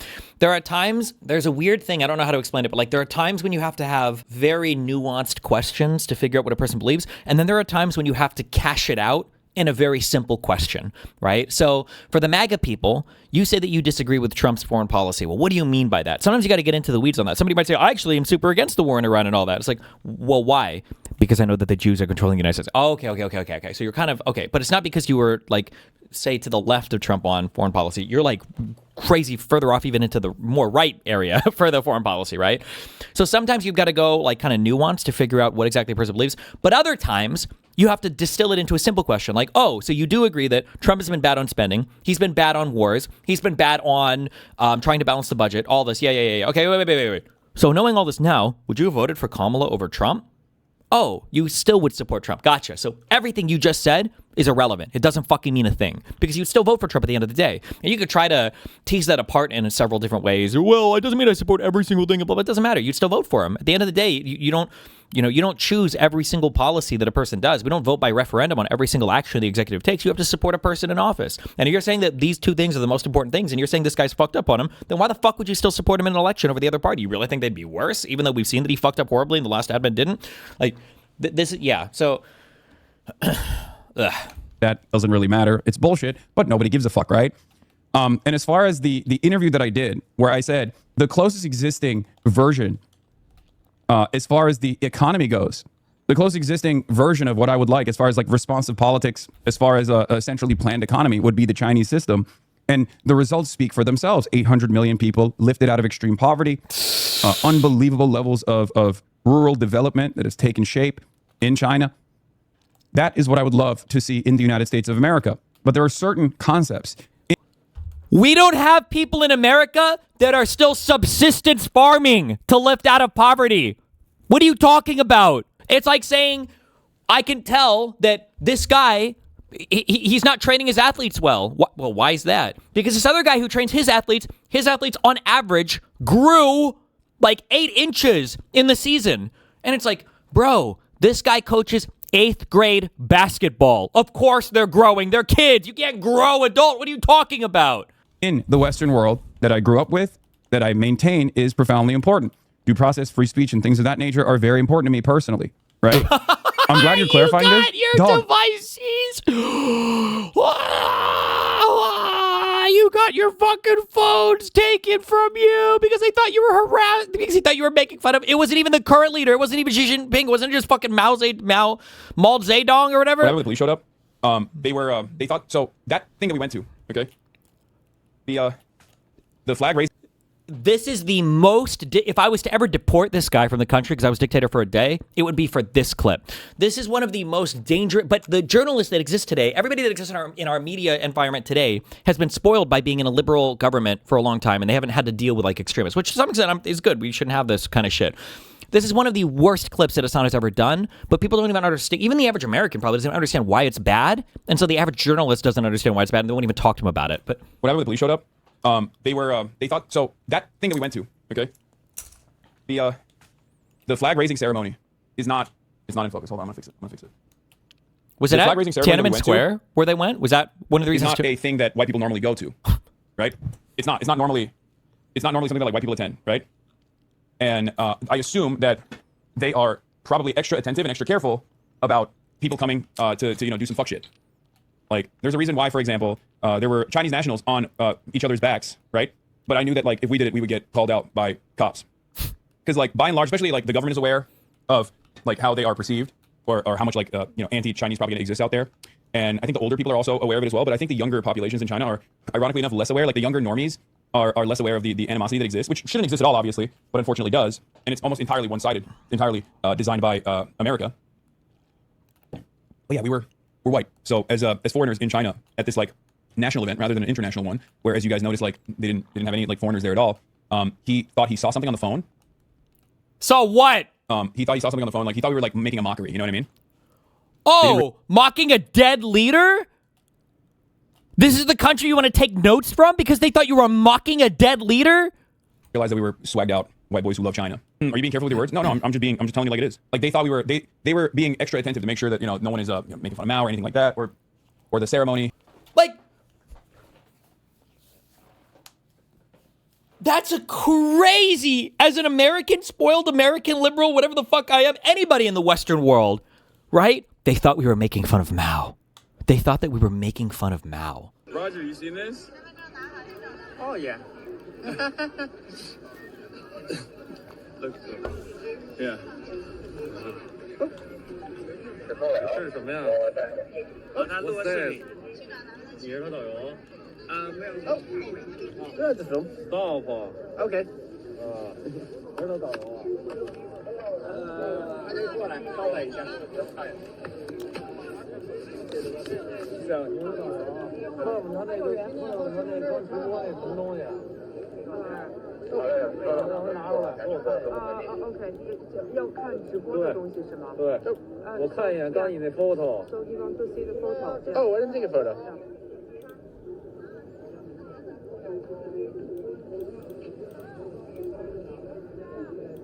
就刚才他录那个，让他找出来。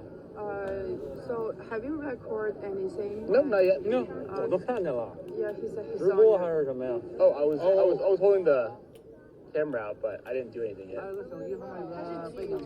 对，拿手机弄一背景，那是什么东西？把它打出来。Still recording? 刚才那个背景。So you want to see the background of your. Of my phone? Yeah. Sure. Or like a live show or. Other phone. Oh. Hey, notice how when he's in China, notice how this pussy-ass bitch has nothing to do with Islam or being Muslim. I wonder why. I wonder why when he's in China, he's a white boy American and has nothing to do with being Muslim, nothing to do with Islam. What a pussy-ass bitch, by the way. Unbelievable. Good on you there, but unbelievable that he simps for these people. Unreal. We're just waiting for Will to get out of the bathroom now. Yeah. Which I wonder if there's a line to the bathroom. Unfucking believable. He defends this. That's what this is in reference to. And that's what they were. That's what it was. It's normal for police to take close to foreigners to make sure that white people don't do stupid shit. Yeah, it's just it's a cultural difference, and also they just don't want anyone to pull a fucking Logan Paul or anything like that. How was it resolved? What do you mean? We just like talk to him. We just were like, no, that's not. We're not doing that at all. We're just here to experience the event. Also, I know a lot of people don't understand this, okay? And if you're from one of these countries, I'm sure you fucking hate it. But when Pokey, dipshit, or Hasan fucking retard, when rich people from the West go to these countries to show you how cool they are, it has nothing to do with that country, okay? You have no concept of what it's like for an average person when you are an ultra-wealthy person getting an all-expenses-paid trip, or you just have all your fucking money and you go and visit. I can go to any country in the world and show you how awesome it is because I'm rich, right? Oh, look at this awesome Somali vacation where I go to visit this fucking mansion. I can go visit fucking Corantos, or we could go to fucking Argentina. We could go to fucking India. You could go to China. You could go to any country in the world with that much money and have an awesome, like, crazy fucking trip. And look at how awesome it's supposed to. And to pretend like that's some representative of the country, that this is like an actual experience, an authentic experience, it's so fucking stupid. God, I hate this. I hate these people so much. I told you at Evangelica like this time. Yeah, okay, calm down. That's not. You're being ridiculous. This is actually one of the things that I want to show Americans in general, because like people have this like false assertion, false notion that it's people have this like false notion that it's like they will arrest you for a meme or whatever. It's not like that at all. Okay, calm down. It's funny because like I've dealt with cops. They literally were checking you for an arrestable meme. Why do you think they were checking your phone? What, they thought you were building bombs? What do you think they were looking for? At this point, all around the world, as you guys know. So as far as like cops that I've dealt with all around the world, European cops in France, American cops, just European cops in other European countries, and even Japanese cops as well, I will say that it's not even remotely up there. The further west you go, the worse cops get, the more aggressive they get. In other European countries, and even Japanese cops as well. So as far as like cops that I've dealt with all around the world, European cops in France, American cops, just European cops in other European countries, and even Japanese cops as well, I will say that it's not even remotely up there. Remember why he's saying this? Fuck, somebody said this. Was it the one lady that we listened to? I need to adopt a better term. I don't like first world anymore, because first world sounds like rich and third world sounds like poor. Instead of like first and second world was the delineation of capitalist liberal countries on the U.S. side versus Soviet countries on the Soviet side, and then the third world was like were the unaligned nations, right? Especially Africa or whatever, but the unaligned states. But like, and then so instead of first world, now sometimes we'll say Western world. But it's not really like Western world. Like we would probably throw Saudi Arabia in there. They're very close to the United States. Israel, obviously, is that a Western country. Japan, yes. Australia, New Zealand, yes. But all that to say, because I'll say Western world or first world, there's a reason why Hasan throws Japan out there. I'm surprised he didn't mention South Korean cops too. Is because he has to bucket all of the first world Western style nations. All of them are together and all of them are evil. This is campism, right? That's why he brings up Japan. Oh yeah, like Japanese cops are way worse than Chinese. When the fuck have you ever been stopped by a fucking Japanese cop? Has he even been to Japan? Has he? I'm sure he went to Tokyo or something or whatever, right? Like that's such a. But that's why he threw that in there. European cops in France, American cops, just European cops in other European countries, and even Japanese cops as well. I will say that it's not. Yeah, he did go 3 times. Okay, yeah. Has he been stopped by Japanese cops that have harassed him? Not even remotely up there. The further west you go, the worse cops get, the more aggressive they get. America being the worst one out of all of them. It's just such a insane. Oh, I hate this motherfucker so much. I clarified this in that interview. Okay? I want our spending priorities to be centered around the needs of the working class. I want to improve the working class material conditions. Yep, go back to that. These guys know, or many of them don't even know, but ultimately none of them care. Especially when he says he's praised authoritarian regimes such as China's, Cuba's, and Russia's. Like, what do you mean I've praised Russia? I have not praised Russia. I don't think the Russian kleptocracy led by former KGB agent. When the talking points, especially for modern Russia, and it's not 100% incorrect, but especially when Yeltsin was the leader, after the fall of the Soviet Union, the reason why Russia got fucked was because capitalists came in and they looted the country. And it's not 100% incorrect. For instance, Constantine's family made their exorbitant wealth by looting the country. That's why Constantine's family was prosecuted in Russia and then fled to the UK with all the fucking money that his father stole. And that's where his riches come from. Now, when you listen to Constantine describe this in interviews, I think the word he uses was, my dad made money in the heyday after the fall of the Soviet Union. Probably means they were part of some klepto, oligarchical, whatever the fuck shit that was looting and pillaging and stealing money or whatever. But that's how Constantine's family made their money before they fled to the West. But they'll blame all the modern problems on capitalism. Or like a few bad apples, basically.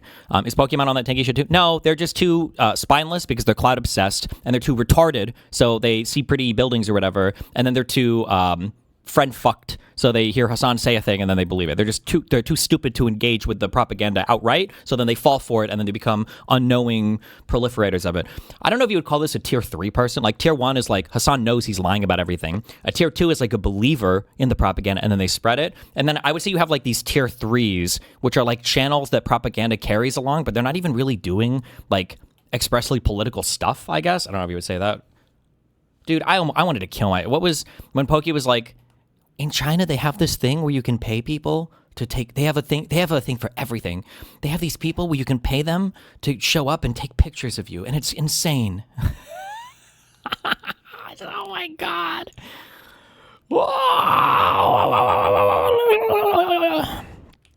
It's the walled world. Not a joke. These areas are indeed all surrounded by sorts of walls. Is this supposed to be like? I don't know if this is supposed to be shitting on the walled people or what. Oh, I guess, yeah. But you can see this is the campus map, actually. If you open a map like this, you'll see. Wait. No, wait. Hold on. They're missing one big meme. Who knows it? They're missing one big meme. Big meme. Who are they missing? They're missing some of these Gulf states, but India. I think the India hate is going to be a big meme coming up. But we don't. India's just for some reason. I don't know if it's because they do. I don't actually know why. I don't know why. But India doesn't have the same like penetration into the Western world as like a country. Like they have their H-1Bs and everybody that come over and get educated and work and everything, but they don't seem to have the same presence. It doesn't feel like it as China does. I don't know why. I'm not sure. It's turned oligarchs as a consequence of the shock doctrine deployed, the liberalization that destroyed. There it is. The post-USSR Russia.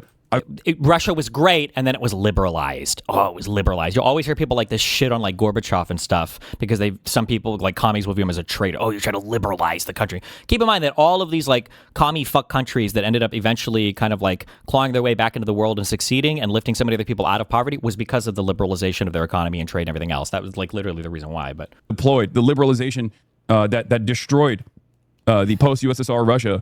I've never showered it with praise. Why the fuck would I do that? Very careful with his words there. Good job. They think the Crimea River clip is Russian exceptionalism. I know, it's so funny. Would they always be like, oh, you said Crimea River. It's like, big dog. My position on this, albeit sometimes a humorous quip where I say Crimea belongs to the Tatars, and therefore it's Turkish territory first and foremost. That's what you said, dog? Really? Is utterly immaterial to what has already taken place. Okay? And it's always people who are pro greater Israel project that try to go, oh, it's hypocritical. You think I have an ownership stake in the same way that you feel an ownership stake in the greater Israel project? You think I have an ownership stake in Russian irredentism? I don't.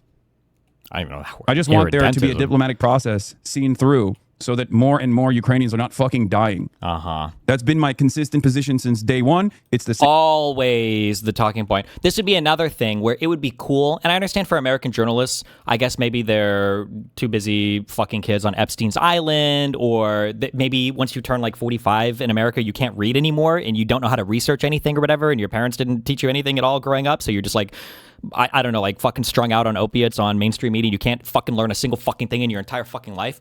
Why has nobody ever asked any of these tanky fucks to reconcile their positions on Ukraine, Russia with Israel, Palestine? Why should Ukraine stop fighting? Well, I just hate seeing Ukrainians die all day. Oh, but that doesn't apply to Palestine? Well, no. That's different. Why? What? Ukrainians have a chance of actually saving their country. Yeah? Okay, sure. More than Palestinians do, probably. Okay, yeah, I guess, right? Ukrainians have a real established border that was not only internationally recognized, Russia even recognized it, right? The Palestinians don't really yet, right? Well, I'm sure, but I mean, well, the PLO, okay, sure, yeah, right? Like, we know what a peaceful resolution would look like to the Russia-Ukraine war, right? Russia leaves, right? Well, yeah, I guess, okay. Do we even know what a resolution would look like to Israel-Palestine? Well, no, I guess not, right? There's nothing. There's no questions ever asking these people to reconcile their positions on, between Russia, Ukraine, and Israel, Palestine. Because all the same arguments that these people will use for why Ukraine should surrender immediately are never applied to the Palestinians. But there's a reason why. It's because Ukraine, you can map everything on. Hasan kind of sort of says it. In some ways, he can be very honest, and in other ways, he's not. Where's the clip of Hasan saying, if you ever want to find out, he's like joking when he says it, but it's like true. It's like the gaslighting tactic I mentioned earlier, where Hasan is like, listen, find out like what the U.S. State Department's position is on something and then take the opposite and you're probably going to be okay. And that's unironically his position, right? Because Ukraine surrendering would be beneficial for Russia, but it's not about it being beneficial for Russia. It's about it being detrimental to the West, you know? And then it's good. But Palestine, you know, and Israel resolving their issues would be horrible. So same for Israel. They have answers to all of those questions. I promise you they don't. Not if they're talking to somebody that knows the history of both the places. They might have a surface level quip that they could give, but there is no good answer to that. There's no way that they have an answer to that. And the IOF against Hamas, where I've demanded a ceasefire over and over again. And it's the same thing that I've demanded. The first thing that the Ukraine-Russia war you don't understand is that the territory that Russia invaded actually defected. That is true. You mean the one where you had the little green men walking around doing polls of the population, and then they left it up to that one referendum where they said, if you want, you can vote to leave the country right now, or we can suspend your fucking elected people, and then in like a year you guys will end up leaving and joining Russia? True. You know, you can immediately tell that you are that's a bullshit, retarded fuck Russian talking point. Do you know how you can immediately tell that? Why the fuck would you ever allow a state to simply take a poll and defect from their country? What? You understand how fucking retarded that is? Like, on its face, like, hey, did you hear what happened yesterday? What? Texas voted to leave the union. That's crazy.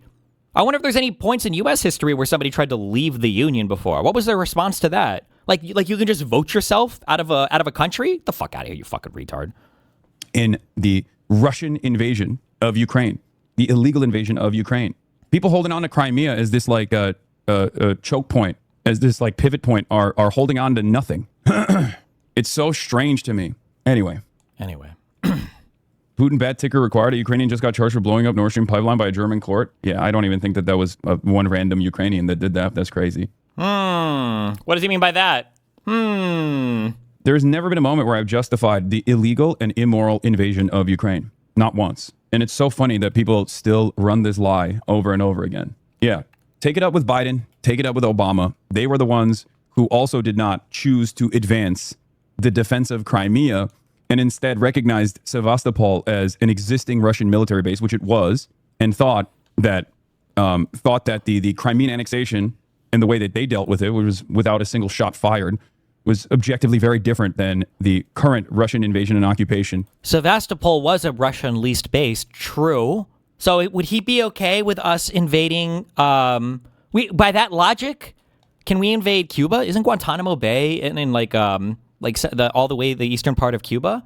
I guess he would be cool with that because we already have a base there anyway. Like, is he using that language deliberately? Like, does he just think it is legal? Yes. This is why I'm not calling him stupid anymore. I think he's very, very, very he's very deliberate with his language, or at least he has been over the last year. I feel like his like intentional propaganda, like hardcore, like serious propaganda, has ramped up significantly in the past year, and he uses all the language very, very, very deliberately. There aren't accidental words. There's a reason why he always says like working class material conditions, the natural, not the natural tensions. I always say the tensions. It's not. There's another word that you use for this between the working class and the whatever. He says, he said that agitprop. He even said the agitprop term once, which was crazy. Oh, the natural contradictions or whatever he'll say. The point is to just introduce the language so that people get kind of like normalized to it without even knowing what it means, and then eventually you can start to slip in definitions for it later on. But you've already normalized the language. And the nice thing too about that, I don't know how much of this is. I'm sure there are books written on this somewhere. I'm just too lazy to look, so I just learned it all. As I live through it, and I'm horrified in real time. If you like slowly introduce the language, and then the language is introduced in kind of like these non-threatening ways, and then you slip in definitions later, when people try to fight against the terms, so many people in society are probably going to be used to hearing these words in non-threatening ways that when you try to fight against it, you're going to feel like it's going to feel like you're fear-mongering, basically. Is my guess. I don't know if that's a strategy or not. I guess we'll see as it plays out. My country turns into a shithole, and not like it's not already. Of Eastern Ukraine. If we can't make these distinctions, then we're being ridiculous. The meme is that he's watching your streams and picking up the strategies you recommend, but wields it for his side. He's the strongest DGGer. That would probably mind fuck me. I would actually break completely and have a psychotic break. If I found out that my life was like Metal Gear Solid 1, I guess, right? In Metal Gear Solid 1, a secret agent breaks into a base in Alaska or some shit, and there's like nuclear missiles kind of or something, or a giant robot that's armed and it's going to go live, and the only way to disarm it is to enter the code to disarm it a second time. But then you find out during the game that actually they didn't know the code, and you brought the code in and you managed to take the code, and then when you entered it for the first time to activate it. So you've actually activated Metal Gear. If that was like me and Hasan, oh shit, that's Metal Gear Solid 2, not 1. Don't ever try to correct me on Metal Gear Solid lore, you uneducated fuck. That's Metal Gear Solid 1, you fucking piece of shit. Stop. You absolutely did support Russia and defend its invasion. You did it when I made it up. Why does he even give a fuck about the Nord Stream? He always uses it for a point of emphasis, but the war itself is too white to care about. Because, I mean, like the Nord Stream Pipeline 2 bombing was, I mean, it was kind of a terrorist attack on related to energy stuff for Europe, which Europeans get really mad about. It's just a way to show that like Ukrainians are unhinged. Now, supposedly, the last big article I read on this, which admittedly was like a year and a half or 2 years ago, I think, I don't know. Supposedly, Zelensky and the top brass, I guess, in the Ukrainian military didn't know anything about that attack, and it was done by some sect of like kind of radical Ukrainians. I don't know if that's true or not. Obviously, if the military people in Ukraine knew about it, obviously you wouldn't want Europe to know that they knew about it because it kind of makes you look bad. But also, I'm not 100% sure if like Zelensky or the people in charge would order an attack like that, because obviously if it gets discovered, it makes you look really bad in Europe, but also because the Nord Stream 2 wasn't even moving any energy at that point. I don't think it ever was moving any energy. So like, why would you do a terrorist attack on a thing that's not moving any energy that could have such a huge backfire if people discovered it was you? Like, I don't know what I just don't know what the point would be. But I am, not to say one way or another, I'm not sure. In my head, I know. People will still push that line. Why is Dylan Burns mad at you? Because I will say, though, it is far more justifiable to bomb a pipe in the ocean than it is for Hamas to fly in on gliders and to mass murder and rape Jewish people. Just putting that out there, you know. Hot take, I know. Hot take, I know, but... I think for a lot of these guys, some of them are very passionate and it's understandable, okay? But for a lot of these guys, the way to advance their own personal grievances. Maybe I made them feel small. Maybe I made them feel silly. Who gives a shit at the end of the day? But it's still gray that Germany wants to prosecute the dude that did it. There's arrests and indictments that allege it was 100% Ukrainian intelligence that coordinated it. Yeah, I just don't know how high up it goes, because the article that I read at the time, there's a big article about this, alleged that the top people didn't know about it. There was some Ukrainian stuff, though, because it was like, wasn't it like 5 people that went in on a ship with supplies? Like, this wasn't just, I'm sorry if it sounds like it was misleading with what I said. It wasn't just like 5 random Ukrainians. Like, these were people with training that knew what they were doing, that had some level of like coordination and intelligence. But the original claim was that it just didn't make it all the way up to the top in the Ukrainian military infrastructure. So like Zelensky and like top military brass wouldn't have known about it. I don't know if that's true or not. Like I said, I don't know, but yeah. Okay, Destiny, Metal Gear Solid 2 lore question. Why does Raiden get irrationally upset with Emma Emmerich when she reveals she has the level 5 key card? Why does Raiden get upset at Emma? I don't know. Damn, what? For what? Give me one more hint. Even in Moscow, the Ukrainians are solely targeting infrastructure, not going into border Russian villages and raping grandmas because the resistance isn't perfect. Yeah, and raping young people too. It's like if the CIA went rogue in America, the top brass may not know. Well, CIA, it wouldn't be like the CIA. It would be like a whole section of the CIA like doing a thing, you know? That's saying most of your content and liberal content in general consists of breaking down political strategies, determining who is lying, and prescribing what you think needs to happen moving forward. Everyone else content consists of actually using the identified strategies and lying. Well, I know, but I don't even want to do that. I actually don't find that this whole like rhetoric analysis and propaganda analysis is not what I think I do excel in it, unfortunately, just because I've lived in the environment for so long, so I can see it and identify it really easily. But I would prefer to just have like the really heavy research debate streams. Like honestly, that one guy, even though I disagree with him on a lot, there was I think he was a Palestinian American. What was the name of the guy that came in a lot and debated us during the Israel-Palestine arc? Like that stuff was way more entertaining to me. Like going through and reading the communications between, you know, how much of the Clinton parameters did Arafat accept versus the Israeli delegation that type of stuff is more entertaining. It's drier, obviously, but oh yeah, Axel, yeah. Whatever. But it is. There are a lot of content creators who will use like existing global conflict where hundreds of thousands of people are dying to advance their own personal interests. Also, I am objectively anti-NATO, so I think that's probably part of the reason why many of these guys are pro-NATO. I see NATO as an extension of American force projection capabilities, as an expansion of an extension of American empire. Which, by the way, it's not just my assessment. Mark Rutte has openly admitted that is precisely what NATO is. Right? I'm in favor. No, NATO is a defensive alliance. Mark has not said anything different, but okay, Chief. Of diplomacy. So I think that's part of the reason why a lot of people will just like use anything and everything they can, because having a reasonable argument, having a reasonable conversation around. I also wonder how much of like the political strategy is like time really just a fucking flat circle or whatever, is literally just lifted from the from everything in the past. Like, is all propaganda the same? So one of the reasons why the far right authoritarians, not just the Nazis, remember the Nazi party was the one that ended up winning out in Germany, but there were like 5 other far right parties that were all vying for power. One of the legitimate fears across Europe, and it was legitimate, was that there would be communist uprisings in every single country after it happened to the czars in Russia. The people legitimately had a fear of that. And the people in Russia were helping to coordinate propaganda in other countries. Like that was an expressed goal of that of the newly upcoming fucking, I don't know what they call themselves initially after Lenin or whatever. They immediately called themselves communists or whatever, but of that regime, they did want to do that. And they did give strategies to other nations and other communist groups or whatever on how they could infiltrate society and how they could use the fucking, you know, liberal infrastructure or whatever bullshit to effect their like communist overthrows. They also did a lot. They gave a lot of direction and coaching to the Middle East as well, because the Soviets were on the other side of the Israelis for, I don't know, at least 40 years in the early existence of that country. And now, I mean, like Russia and China, I don't know how much China, but I know like Russia obviously assists and gives direction to some extent to, I mean, we saw it with Tenet Media in a direct way. You make communists sound like a sinister force? They are. They are a sinister force. They are. That's how they operate. They operate in a subversive way in other countries. Yeah, of course. That's why they also use like a lot of, they're very, very good. Fuck, maybe Orwell. Maybe this is why 1984 was, fuck, I guess that guy would know, huh? They're very good about like their use of language.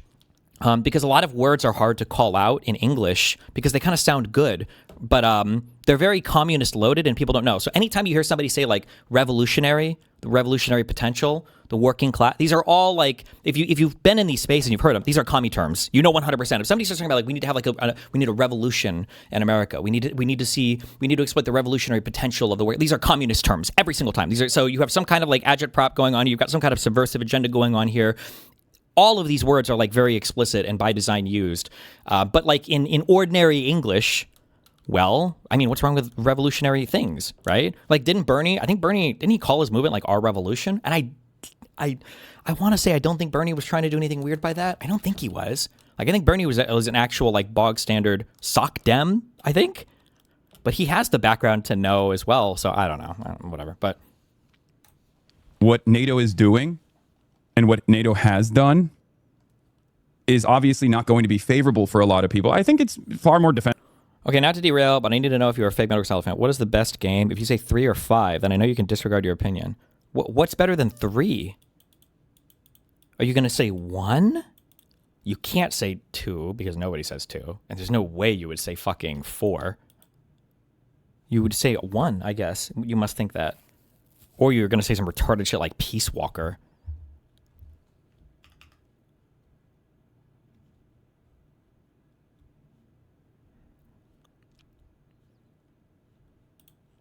What is this fucker going to say in chat? Hold on. Yeah, I feel like 3, it's unfortunate because 3 is like such an easy answer because it's such a good game.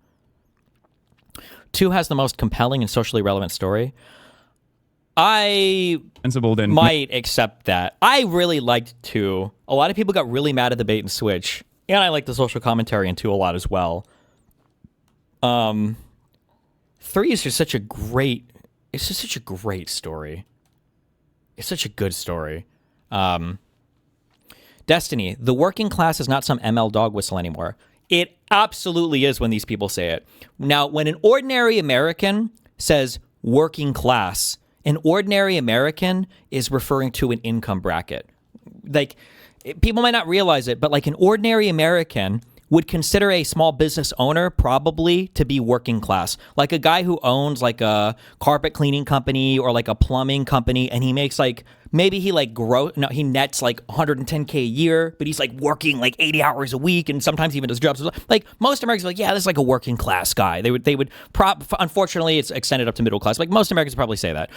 But I don't think most Americans would have the same feeling about like a lawyer or a doctor who has like a private practice or who works and earns like $500,000 a year, or somebody like Hasan, or somebody like me. Most Americans wouldn't consider me or like Hasan working class. The ML definition does, because you have to draw an extreme line between your capital owners and between your laborers or workers, right? So me and Hasan are not capital owners. We just work and we make our money that way. And so he wants to be able to draw a circle around and include a lot more people in that working class definition to fight against the capital owners that most Americans wouldn't traditionally like consider like working class. Any aspects of capitalism, by the way, from the perspective of like, you know, being a bulwark against Russian irredentism, which Vladimir Putin has straightforwardly proven, right? It is real. It's a real fear. It's an understandable fear. I'm not gonna lie, your analysis had a good friend of mine call me stupid because I said Russia was definitely going to invade Ukraine. I didn't think so, and neither. You're not a capital owner.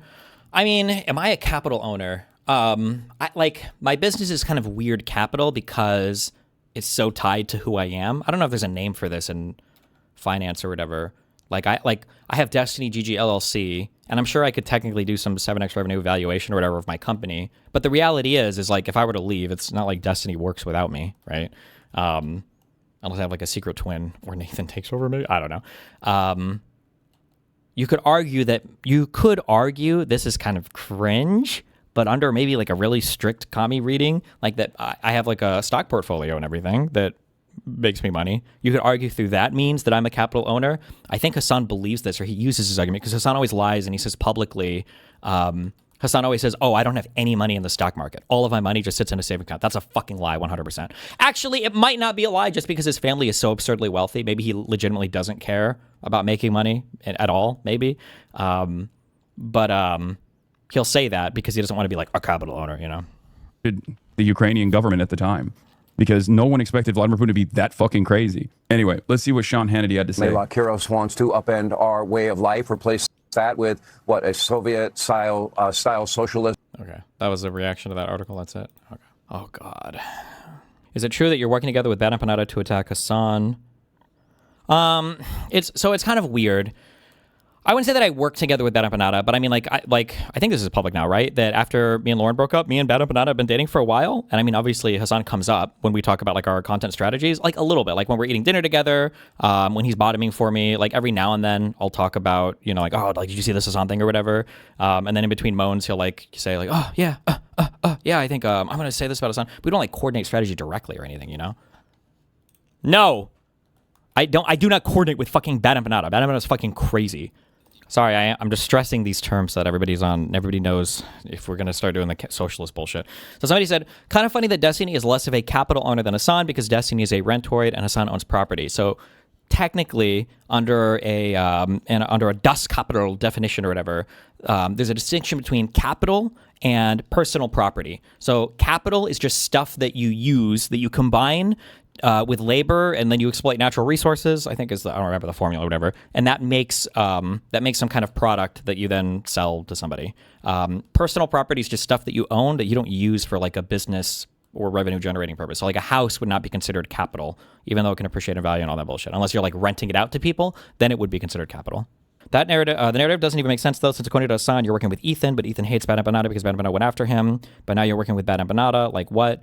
It's just the enemy of my enemy is they're all working together. This is the campism thing. It's the 1984 thing, right? Like every single, like we can be at war with all people at all points in time and all of them are working together, even if they all literally expressly fucking hate each other. Like he's about to say, but she's been in there for a long time. Representative since 1996. Bro, they DSA'd a 30-year incumbent, you guys.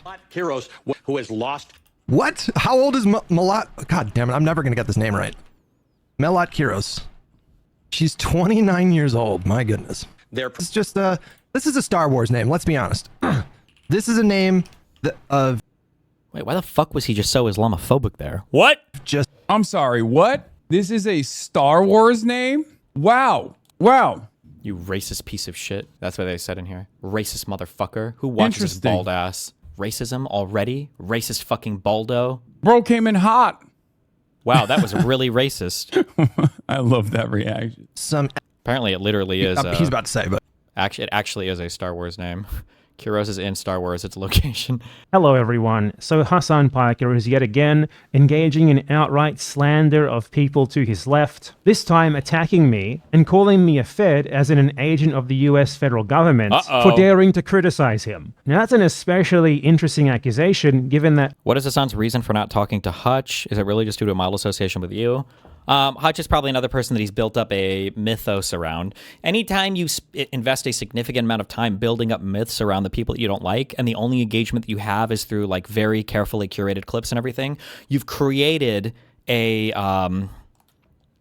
there needs to be a better word than straw man. I say caricature.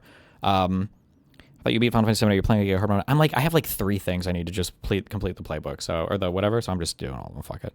But once you've created such a compelling alternate reality version of a person, you can't ever really engage with that person in real life because the whole reality just comes crashing down. It gets very, very, very weird. Vosh ran into this issue with me.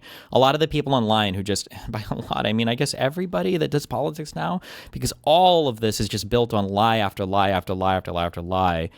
You can never directly engage with the person because you can't, because it's just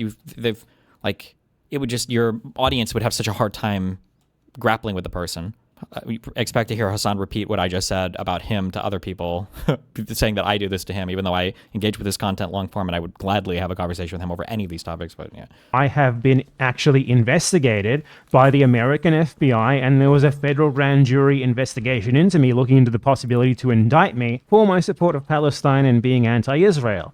So, yeah, let's look into the evidence that he presents for this incredible theory. Oh, also, a coalition of some of the most Fed-coded forces are finally gathering together. Our haters are anemic. Also, I'm a Fed now? What does that even mean? Like, really? What? Okay. And Bad Empanada? I don't even think he's in the United States, right? Like, what? Is this a part of the quest? I don't remember. Our haters must be anemic, but they are doing their very best. The real horseshoe has been unlocked. Joining forces off of their mutual and shared enmity towards a political content creator, it seems to me like the haters still want to maintain being waiters at the table of success. Never thought I would see the day when who wrote that for him? a far left, ostensibly, someone who considers themselves to be a far left doxer and a center right liberal groiper doxer. You know, we got the third worldist doxers, third worldist groiper doxers, and we got the DNC groiper doxers coming together to dox into oblivion. Fantastic. Level 7 hype train. Like, look at all of the terms, like, thrown together. Like, oh, this guy? Isn't this guy like a groiper? Isn't this guy like a groiper DNC, like, far-right capitalist, like, Protoss main, supports the Andor Stormtrooper? I don't know fucking what else, but it's like all the buzzwords, like, thrown together. Like, really? Keep in mind also, nobody has amplified Bad Empanada and all of his doxing behavior more than Hasan Piker. Hasan was the most popularity that Bad Empanada ever got on stream. And not popularity like debating him, like I did to Fuentes when people accused me of being the sole progenitor of fucking Fuentes' entire career, that I'm the person who literally gave him everything. But like that, literally, like just had Bad Empanada on his stream, was giggling about, I think they were talking on stream directly, right? And then, was showing him doxing everybody in the video. It's just, whatever. John and Lofi Dude, thank you for the 5 gifted subs. Level 7 hype train. Like, this is just such a microcosm of the absurdity of the world that we live in. A supposedly left-wing influencer is like going off about his Twitch hype train as he slanders someone further to his left with... True! I thought about this for a little bit, but between my court case and everything else going on, and also I just wasn't sure if I wanted to deal with, I just don't have the public flexibility at the moment. I was thinking about like taking an actual trip to Cuba and doing it with Bad Empanada, because I thought that would have been fucking hilarious. But the things that stopped me were that, one, I would have to fight a huge like messaging war with my own community, because my own community would get mad at me, and then publicly I don't know how much I would want the association to be there. But then I'm also not really sure how genuine Bad Empanada is. I think Bad Empanada is a genuine leftist. Like, I think he's fucking crazy, but I think he's a genuine leftist, and I do have like, I legitimately feel bad for the Cuban people, but I just don't know if I want to do all of that. But a good thing I didn't, I guess. Outright lies. Thank you so much, everyone, for donating to me, someone who's already a millionaire. Get that hype train going, as I do slander of people who are definitely not millionaires and definitely nowhere near as close to power as I am. True. Oh my God. True. Anyway, so let's look at the evidence for this claim, right? It's a screenshot of a Destiny stream where he apparently looked at a video on my second channel for about 5 seconds and then closed it. I'm not shitting you. That's the basis of this. He is claiming that I am working with Destiny, who he, by the way, whitewashed, calling him center-right. I wouldn't call Destiny center-right at all. The guy's an outright fucking fascist. But here's evidence of me working with Destiny is literally Destiny bringing up one of my videos on his stream for 5 seconds and then closing it. That's it. That's the evidence. Yeah. And on that basis, he declared that I am a Fed. Me. Someone who has actually been investigated and borderline persecuted by the American federal government, the FBI, the American court system, for their pro-Palestine advocacy. I obviously have never gone on Destiny stream or anything like that, except one time like 5 years ago to debate against him. In actual reality, my relation to Destiny is that I make videos where I shit on him and explain how he's wrong and also a moron, and Hasan obviously knows that because he has reacted to precisely those videos that I've made. Yep. And it's funny, too, because when Bad Empanada was starting to fight with Hasan more after they ended up basically killing each other, I started to retweet Bad Empanada to signal boost his attacks against Hasan, and then Bad Empanada would retweet my retweet and say, I hate you, Destiny, or you're a pedophile that wants to abuse children. So, like, the idea that we're oh my God, bro, it's so stupid. Hitting on Destiny before. He knows that he's lying here, obviously. And, we can also ask a pretty simple and enlightening question here. Between me and Hasan Piker, which of the two of us have politics that are in practice closer to Destiny? obviously it's Hasan Piker. They're both Democrat Party voters. They both think that the way forward in American politics is to vote for slightly more progressive Democrat Party candidates. Their politics are, in practice, essentially identical. There's next to zero difference between them. There's maybe So this is a conspiracy theory of which I have literally zero evidence for. I fully admit that, okay? One of the things I wondered, though, but the thing is, I don't know if Bad Empanada has ever done anything strategic, ever, or if, I don't know if he's ever done anything strategic, or if he literally is just like a hardcore leftist and he just wears everything on his sleeve. I wonder sometimes if Hasan has told more radical elements of the left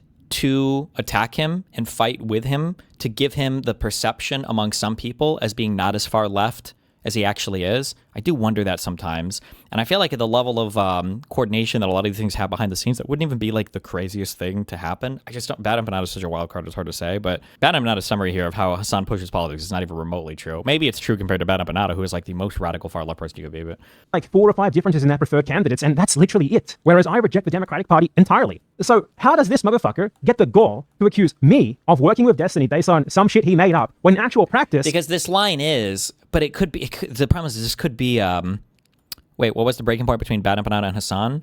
I think it's that Hasan still wanted to play nice with the Democratic Party and Bad Empanada wants to like burn it all down. But the line that Bad Empanada just gave is the perfect cover for Hasan, right? Like if Hasan was writing a script for a far lefty to fight with him, he would write that. I need you to say that you want to burn the whole Democratic Party down, and I don't. I just want like a few, I just want to like swap out a few politicians, but for the most part, I'm like aligned with the whole Democratic Party. Like me and Destiny, we would vote for like all the same candidates. Like that would be the perfect line to write for Bad Empanada if Hasan was writing a controlled opposition line. But I don't know. He and Destiny are infinitely more aligned than me and Destiny will ever be. Hasan has worked with Destiny way more than I ever have, and if I use his logic here, where if someone looks at one of your videos, that means you're working with them, then he's working with fucking Asmongold. Oh look, I typed Hasan Asmongold into YouTube, and I found a video of Hasan Piker with Asmongold on his stream. He's definitely talking to him right here. These two are best mates. They're working together. Horseshoe theory in action. Isn't the horseshoe theory thing interesting, right? It's clear just how much Hasan Piker is becoming more and more right-wing, and that now he's literally using the most liberal centrist coded bullshit ever, like horseshoe theory, to attack people to his left. But yeah, this is the sort of logic that he's engaging in here, right? And this is exactly the sort of attack that Hasan has to engage in against me, because he's unable to actually react to my criticism honestly, so it's just defamation, defamation, defamation, slander, slander, slander. Nothing else. He's totally incapable of anything but this. You know, when I respond to Hasan, I show you what he says. I show you what he says extensively. I bring the receipts. I show his arguments and I respond to his arguments. When Hasan responds to me, he just fucking lies. He doesn't show a single fucking second of anything that I actually say about him from any of my videos. Frustrating, huh? That's pretty frustrating, huh? Yeah, true. That is how Hasan works. He just sits there doing defamation and slander the whole time.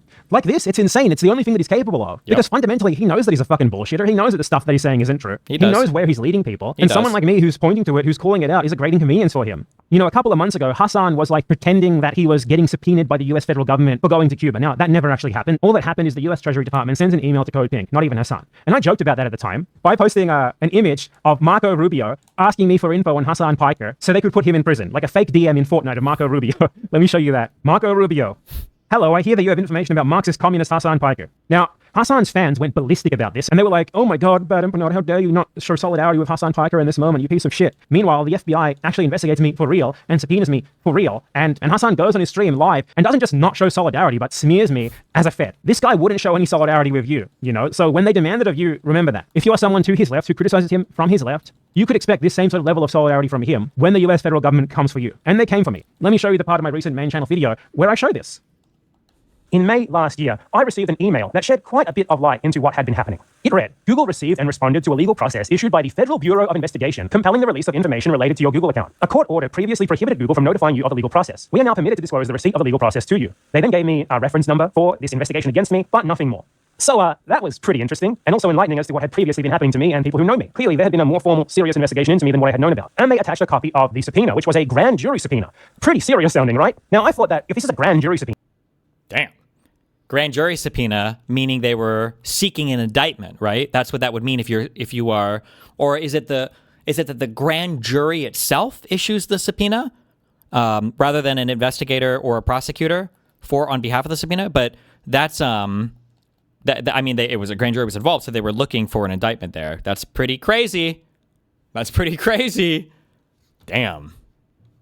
Yeah, that's not just an FBI investigation. What the hell is that? That sounds like a trial. But then I looked into it and I found out that apparently in the US, they convene juries for investigations, not just for judging trials. So it probably wasn't an actual trial and was rather just an investigation. You know, I think it would have been weird if they had had an entire trial. I don't think he understands the process, or I'm misunderstanding something, but I think he's downplaying it there. If a grand jury has been convened, That's because they're trying to get an indictment against you to charge you with a crime, to charge you with a crime, and then to arrest you, and then to arraign you and read your charges and everything. So, ooh, it's pretty weird. Against me, judged by a jury without me knowing about it. So there's that, at least. I'm probably not literally on trial in the United States and about to be extradited for my ties to terrorism. And this subpoena had been served to them on December 14th, 2023. So this was a few months after October 7th, under the Biden admin, and Google had been prevented from informing me of the fact that this had happened by a court order that lasted around a year and a half. So that's pretty serious. And weirdly, a lot of this subpoena is redacted. Like the name of the magistrate judge, for example, is redacted. The name of the investigating officers are redacted. Seems pretty serious. And the subpoena was basically for a bunch of my information that is tied to the Google account that my YouTube channel is on. Names, addresses, connection records, records of session times and durations and the temporarily assigned network addresses, length of service, telephone or instrument numbers, means and source of payment for such service and billing records over the course of around a 4-year period. So that's quite Oh, somebody says he might have been subpoenaed just to testify for the grand jury to hear. A grand jury subpoena doesn't necessarily mean he was the one being indicted. It might have been someone he was associated with that they wanted him to testify on. Well, but then why are they subpoenaing his emails? I guess maybe? expensive. So, yeah, Hasan Piker is creating elaborate slanderous narratives based on nothing more than a fucking screenshot of a Destiny stream to smear me as collaborating with fascists, while he actually collaborates with fascists for real. For example, he was helping to rehabilitate the image of Ashley St. Clair, who is a literal Nazi influencer, a so-called former Nazi influencer, rather. She spent years doing genocidal Nazi propaganda bullshit, and then he invites her onto his stream to help her start like a new pretend left-wing influencer career now that her old grift isn't working anymore. Hasan Piker gives gifts to genocidal Zionist fascists like Bernie Sanders. Last time, I was supposed to give you a Japanese Communist Party pin that I got in Japan, and I still forgot to bring it today. So I'm instead going to give you, do you know what this is? Nope. An evil eye. And so I'm going to give that to you. We say, in Turkey, we say nazar, which means like, I'm having a hard time taking this off. All right, well, you give it to me later. And he endorses other genocidal Zionists like Brad Lander, the former New York City comptroller who invested millions of dollars into the Israeli arms company Albert Systems, along with many other Israeli companies. Good morning. Great to see you. Brad Lander is running. This community means everything to me. I'm not going to be sold on Brad, but if he wins, I don't care too much. I like Brad Lander. Like I said before, in the absence of Zohran Mamdani in that crowded primary for New York mayor, I would have probably gravitated towards him. But you are forgetting what he did as a Jewish human shield for Zohran Mamdani. The pure level of projection coming from this guy is off the fucking charts. The end result, like if you want to see the result of what he's doing, just search Twitter for the term Hasan Piker Democrat. These people accuse you of being a Fed, and then you look at the sort of political end that they are serving, and their fans are now openly identifying as Democrats. That is one of the two wings of the US two-party system, of the US federal government, of genocidal imperialism, of Zionism that did the genocide in Gaza. His fans are posting, we are Hasan Piker Democrats. We're members of the Democratic Party. He's accusing other people of being feds, like the fucking US federal intelligence agencies are terrified of you turning people into Democrats like this. Is that the thesis here? The US federal government is seeking out people further to your left to attack you for shepherding people into the Democratic Party? Off topic, the writers yesterday seemed impervious to data. It just slid right off their brains, and they immediately returned to their comfort zones. Is the media environment problem just intractable? As soon as I got like a little bit into the conversation, I was like, I don't think I have the energy right now to do this type of debate. A proper debate with them would have been like, let's take one by one these USAID claims. Let us look into each of them individually. We kind of did it with the transcomic thing.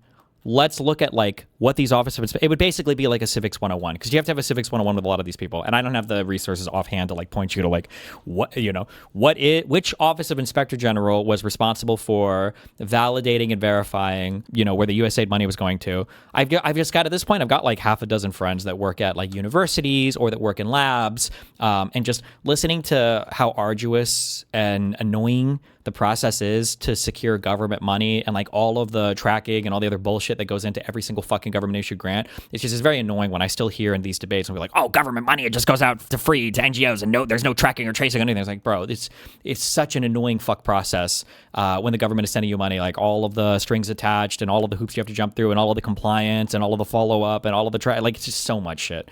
So I don't know. Obviously, that's a ridiculous idea. And he knows it's ridiculous. Somebody said, I agree with you on most things, but if Bad Empanada is crazy while we're watching his video, sorry if bad question. Why'd you put sorry if bad question? You're like, it's like, some of you guys are like, I raise my hand to scratch my head and you like flinch, like I'm going to hit you, okay? Stop acting like that. You might be banned just for saying that. When I say Bad Empanada is crazy, I need to specify more on this because I am now dealing with legitimately individuals experiencing psychotic conditions. I just mean that Bad Empanada is like super, super, super far left, like uber far left, like super commie, way further left than Hasan. You can still evaluate the points that he makes when he presents information videos because he'll at least present more information. He's just showing you like one clip or one cut or whatever thing, Which is why he has to do this sort of slander against me and others who critique him for this. Straight up slander, made up narratives, disgusting lies, which he will of course never account for.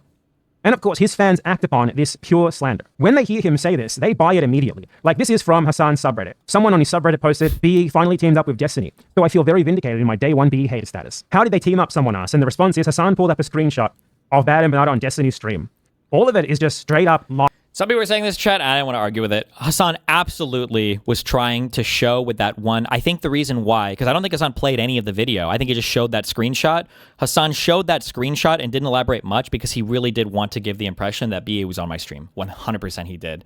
I know there are going to be people in chat coping on, no, he just blah, blah, blah. But 100% it was a screenshot because he wanted to give the impression that me and Bad Empanada were chatting on stream together. 100%. There's supposed to be a far-left doxer and a center-right liberal groiper. Someone whose content you praised for years and someone who you actually quite relentlessly promoted for a good while, gave him the biggest fucking boost of his entire career. True. Yeah, that guy. Yeah, that one. For doxer. You know, we got the third worldist doxers, third worldist groiper doxers, and we got the DNC groiper doxers coming together to dox into oblivion. Fantastic. Level 7 hype train. Didn't you literally help this guy dox people? Didn't you boost one of his videos when he was doxing like... True. 10 plus of your political opponents on Progressive Victory? Yep. Yours truly included, I will say. Hey, ladies and gentlemen, love you, dude. Thank you for the 5 gifted subs. Doesn't Destiny pretend to be Epstein? Pretend to be a huge electoralist? Yes. But he has decided that electoralism is a bad route because remember, the only thing driving him is his enmity towards me. True. And now that I'm participating in elections as aggressively as I can, as hands-on as I can, he's decided the only route available to him is to sit at home and shit on. I love it how like all of a sudden he's going to become like the big fucking DSA electoral guy because of this what happened in New York. Those efforts. Well, yeah, I'll get involved when we start winning. Okay. Okay. That's all they got. CMOC, Benny Scrap, thank you for the 10. Level 7 hype train complete. Jakub's most putrid caucus. Yeah, there was another I'm sorry, I did disinformation. It was actually 8 people who he doxed all at once. By full name, by address, down to, in my case, it was down to my front door. Old address, thankfully. I can't believe he got away with this. Like, no one ever brings this up to him. None of these people who interview him, Dylan's addressed. He's just sitting there liking, he's just sitting there watching, fucking giggling away. Retarded question, would what Henry does to Nick count as snarking? I'll have a formal definition when I do my video. I don't like the term snarking either. I'll iron this out more. But when I think of like the weird like snarking shit, oh wait, I had 3. I feel like I only had 3 elements before, but I feel like I have 4 elements to this. So I would say that like anything that involves like collecting tons of information about somebody, especially across unrelated topics and multiple platforms. So so for instance, let's say that somebody has some political position about like the Second Amendment, and then you find out also that this guy like shot up a school or something, or I don't know, or got in a firearms accident. Like I would consider that to be pretty relevant. Like I think it's okay to bring this up or maybe bring it into the conversation depending upon, you know, like it's because it's guns and everything is related to guns and, or well, like it could be related to a Second Amendment position maybe. But like, let's say that you find out that a guy has some Second Amendment position, you go through his shit, and then you find out that he got suspended in school once because he called a girl ugly or something, right?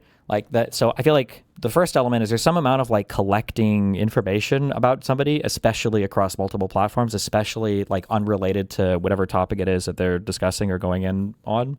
It's the first thing. I think the second thing is generally this is a community of people that are involved in doing this. It's not usually just one person. It's like a community of people. I would say the third thing is usually that information is being used by said community to act. They're acting upon it in order to harass the target or people around them. And then for the fourth thing, which I think is actually pretty important too, is usually this happens over a longer time frame. So we're talking like months and years as opposed to just days or a couple weeks. But I would say like when all of these are met, you're kind of in I would say you're in the snarker verse. So I feel like covering court stuff, I don't think I would say this is like necessarily snarking. It can still be shitty too though. I mean, I guess it just depends on how you cover it or what your goal is. Or I mean, like you can engage, with any topic in a responsible manner or in a kind of an asshole manner. It just depends on your engagement, I guess. Do you think snarking is mostly left leaning? I would say so for now. Yeah. I don't know if that has anything to do though with your like political identity, if it lends itself more to snarking or if it's a demographics thing or if it just happens to have developed on those communities over there. I truly don't know. I'm not sure. If snark is only posting these LSF threads or is it some other community? Oh, this new guy is one of my most dedicated fucking haters. You can always tell because of the way that he titles things too. Like you would only really know this if you were deep in our communities. Like he doesn't title things well if he's trying to sell it to, I feel like LSF or like broader public people. Wick TV says Destiny is still allowed on a stream after intentionally doxing Gisticle during Wick's previous broadcast. Like, I don't think any average person has any fucking idea who any of these people are. But this guy is probably one of the most obsessive, craziest posters about me on Reddit, I think. Like, you can go through it. It's just insane how many different things he's involved in.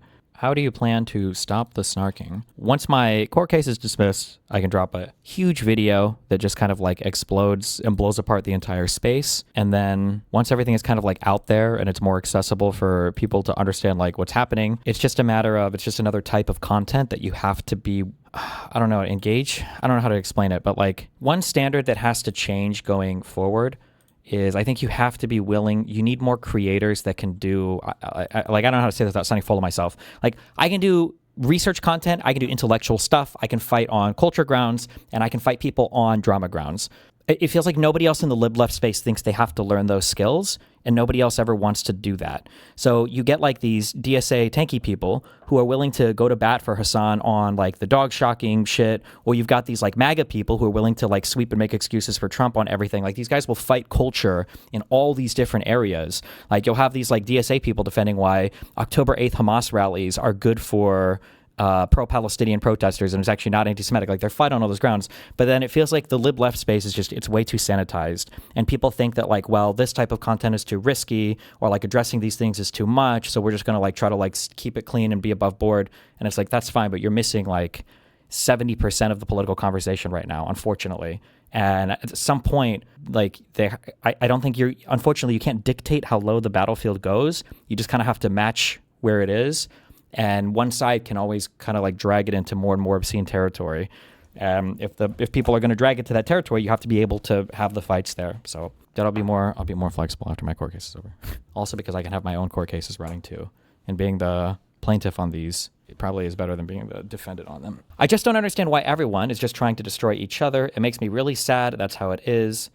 Because, and this is the thing that nobody ever fucking understands, but I don't care. The whole goal of tit for tat is not tit for tat, is that nobody fucks around because they know that they're going to get smacked up for it. That's the whole fucking point. You have a scenario where a bunch of people are acting crazy, but there's one group of people who will never act crazy because they have rules against acting crazy, while everyone else is acting crazier and crazier and crazier. And then anytime one of the group of non-crazy people starts to act a little crazy, all of those people are like, don't do that, don't do that, don't do that, don't do that, don't do that. They go low, we go high. They go low, we go high. We don't have to devolve, we don't have to bring it to that level. And then also all those people go, hey, you said that you're not supposed to do that. Hey, you said you can't go crazy. Hey, you said that you guys have standards and values. You can't do that, blah, blah, blah.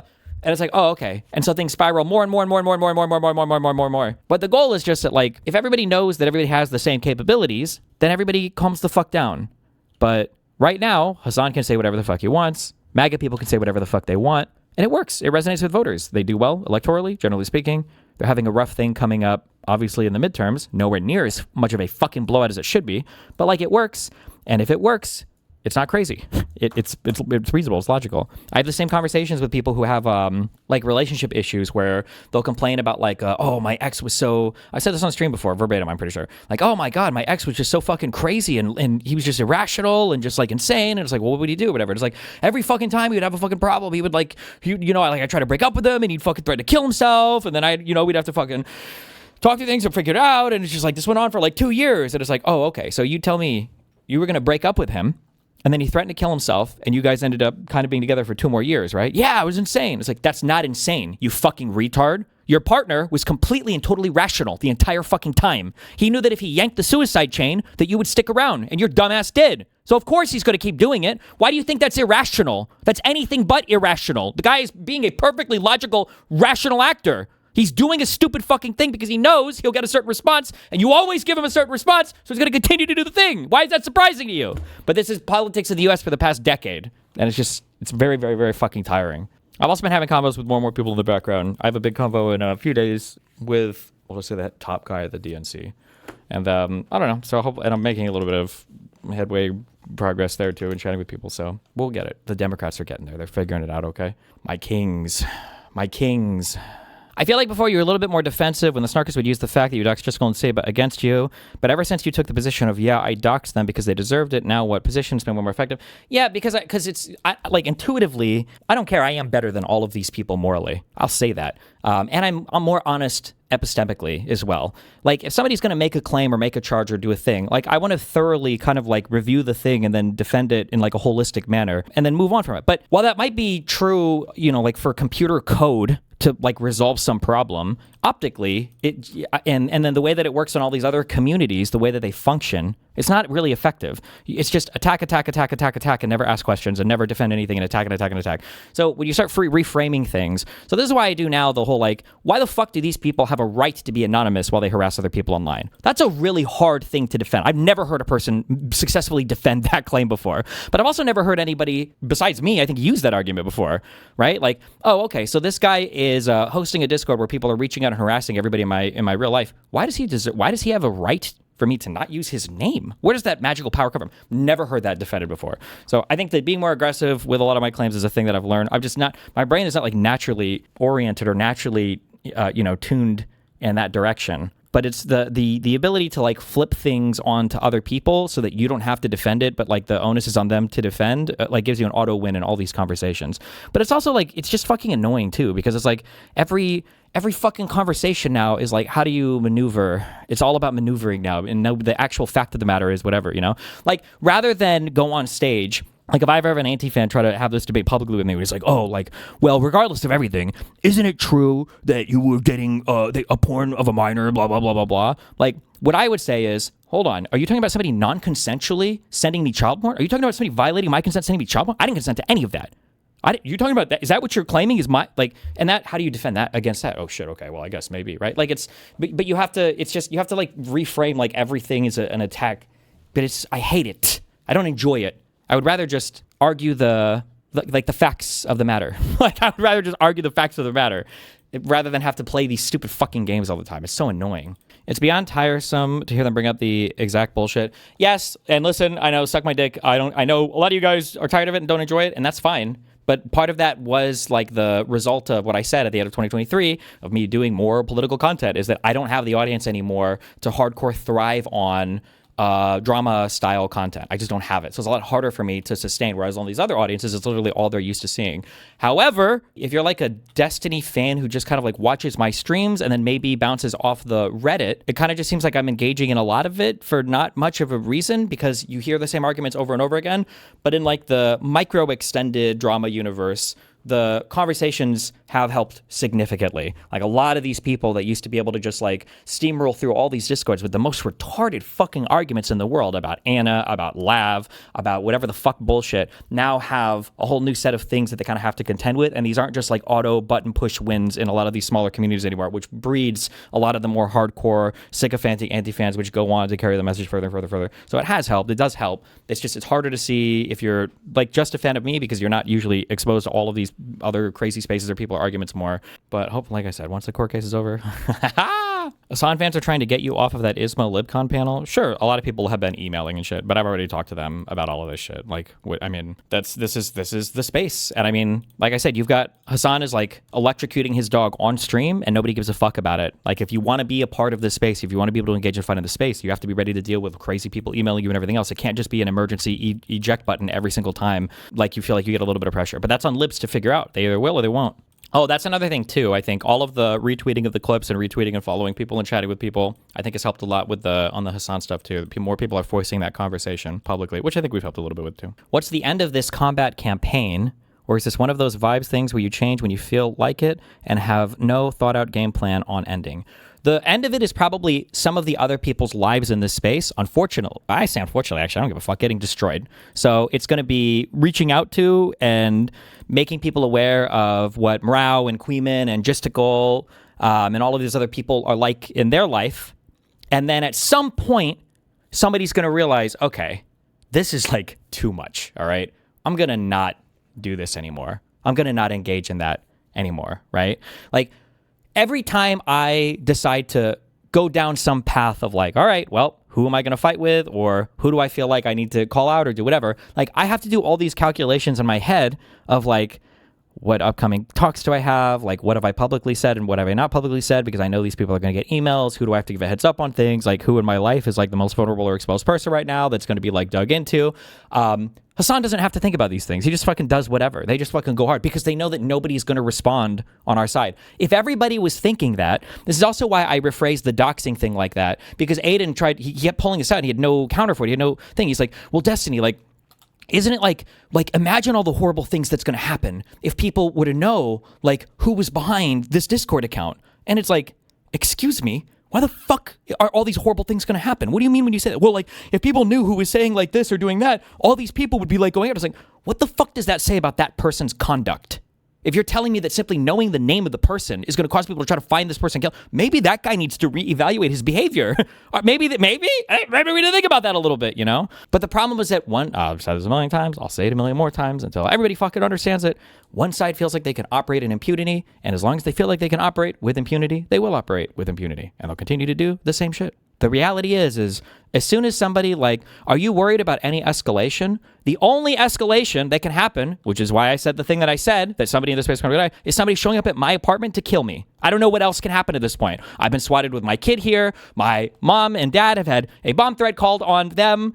Not a bomb threat directly, but called I think it was the local police saying that I was using their house to store bomb construction materials, which caused a team to have to go out and sweep their place. When I got swatted one of the times, I've had my kid A-logged and harassed across multiple platforms. Like, there's nothing else that you can do to me at this point besides kill me or kill somebody near me, I guess. That's it. So when you say, like, are you worried about escalation? For what? Everybody's, like, it's one of those, like, weird sea lining tone policing things. Like, well, what if the other side, excuse me, what if the other side does what? It's why I get so actually frustrated when I'm talking to people, like, this is coming up a lot with Aiden. He's like, well, or I think Connor was in this too. It's like, well, hypothetically, imagine if somebody were doing, and then he'll say a thing that people have already done to me. I'm like, I don't have to imagine this, dog. You're fucking retarded. All of this stops. Every single weird, crazy, A-logging, personal attack, doxing, all of it stops when people in Hasan's position say, hey guys, like, heads up, for real, we don't do this shit anymore. I don't condone it. I don't sign off on it. If anybody's doing it, just know that you are way outside anything that I approve of. And no, it's not because I know like somebody like Gistigal or all of his fucking fat fucking cronies are like, oh wait, I got the perfect clip for this. It's not going, hey guys, we don't dox here. Remember that. We don't dox here, guys. It's having like an actual position where everybody truly understands like, hey, this is not what we do in this community. Okay. Like, it's not even a stretch again. I do consider swatting as attempted murder, and so if I do, it's already happened fucking 5 or 10 times, depending on if you count the calls to the FBI as swatting or not, to me. So it's not even that much of a stretch to say that, like, oh, what are we doing next?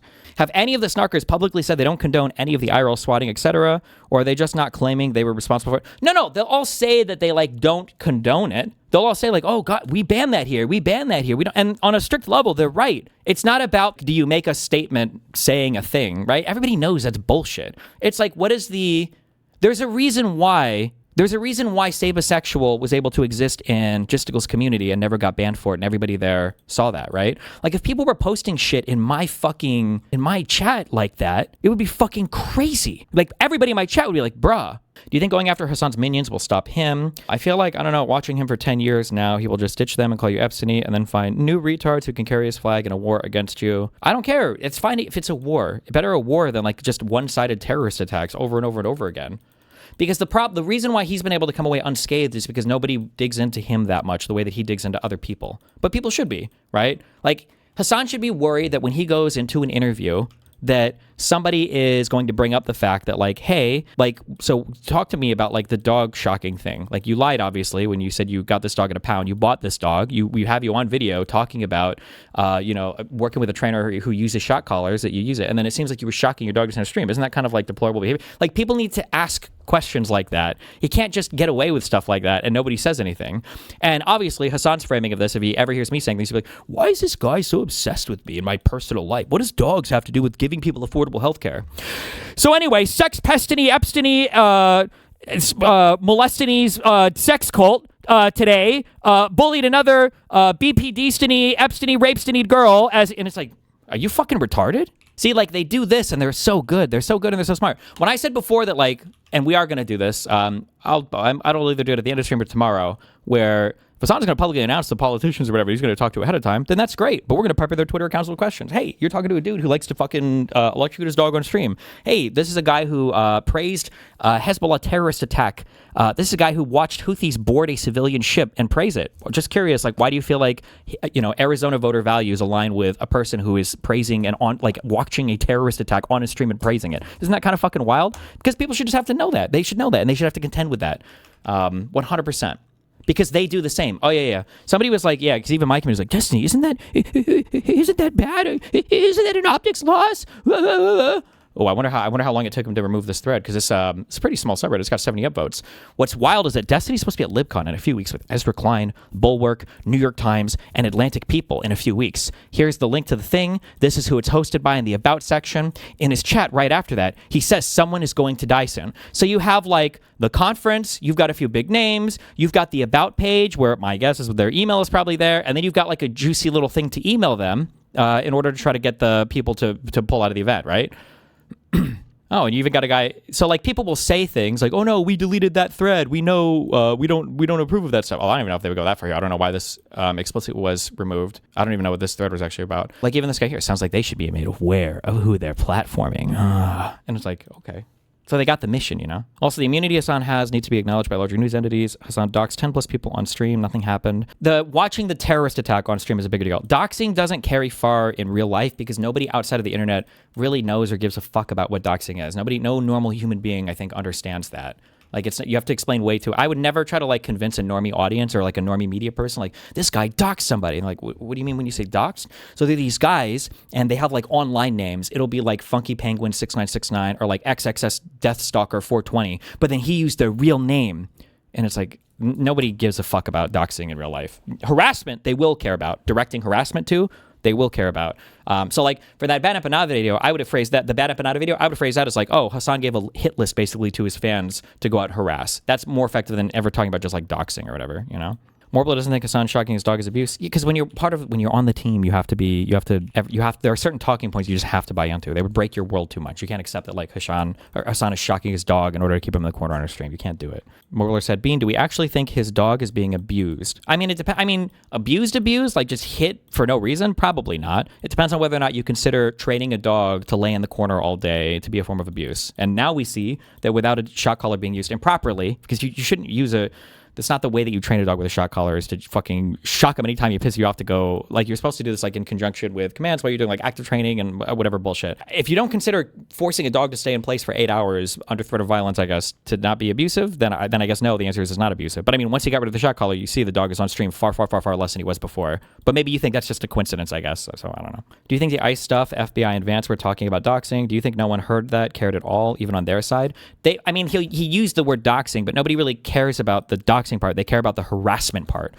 So on the internet, nobody cares about harassment in our space because all of you guys are fucking psychopaths. But in the real world, harassment is still like a word that people take very seriously. Like online, it'll be like harassment. Wow, what? So what? The guy, emailed you and said he wanted to rape your mom and dad until they died? Who cares, bro? It's just words. But in the real world, when you say like, oh, this person is harassing somebody constantly, that's usually that type of language, like harassment. Well, damn, what's the guy doing? That's crazy. That's what people care more about. So for the doxing, the ICE people or whatever, I think what the audience heard and cared about more was, oh my God, people are trying to find and kill like our brave and loyal ICE officers or ICE agents. That's crazy, To make everyone happy, we will stream with Hasan. Then when I get back, we will stream with Asman. And if that's not good enough, take my sub back. If that's not good enough, I will call Destiny and see if he wants to come on the pod finally. I will make everyone happy, guys. I see Hasan brings out the true femboy in you. I'll make everyone happy. Ice Poseidon. Okay, then we'll go hang out with Ice. Oh my God. Someone says, just make sure you don't do anything illegal because he's under investigation. Is he? For what? Hasan. First off, what illegal stuff do you think I'm doing? I don't do anything illegal. Oh my God. Why are you going to Norway? It's a beautiful country, and I would love to show Catchy the country. It's a nice place. I've been there many times. I've had great experiences and great memories there. Is Hasan here? Can you please sincere Ordine on the podcast again? I get to LA today, and I leave Sunday, Hasan. Keep your head up, kid. I'm going to go to AnimeCon for a day. You take a whole hockey stick. And then, let me know when your schedule's free, brother, and maybe we can plan something. He says, hell yeah, all right. Ooh, we might get a Hasan collab. Ooh, and you can meet Catchy. You ever meet her? Also, here's the thing, and I don't know what Nick and them are doing in the background, and I guess I have no connections at the moment because my Twitch shit is still nuked anyway. It doesn't matter. I think that you're a pussy if you collab with somebody who tells you who you are and are not allowed to collab with, okay? You can ask any streamer in the space ever. The most I've ever said generally is like, I don't want to be like in the same place as this guy. So like when we did our event in Phoenix, I'm never probably ever again going to do like a one-on-one debate with Alex Stein.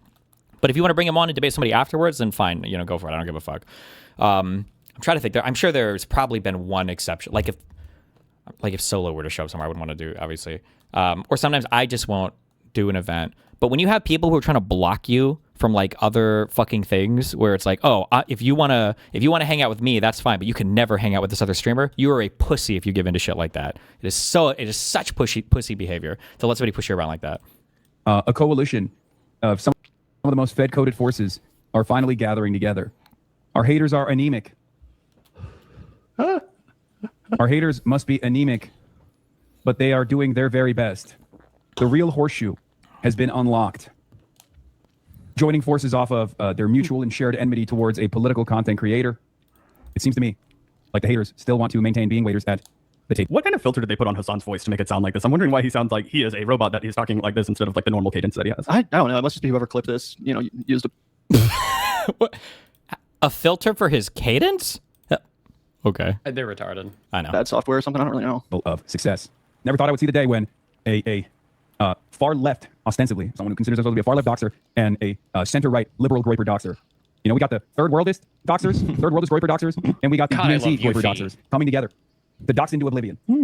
Fantastic. Level 7 high trade, ladies and gentlemen. Love you do. Think of the 5 gifted subs.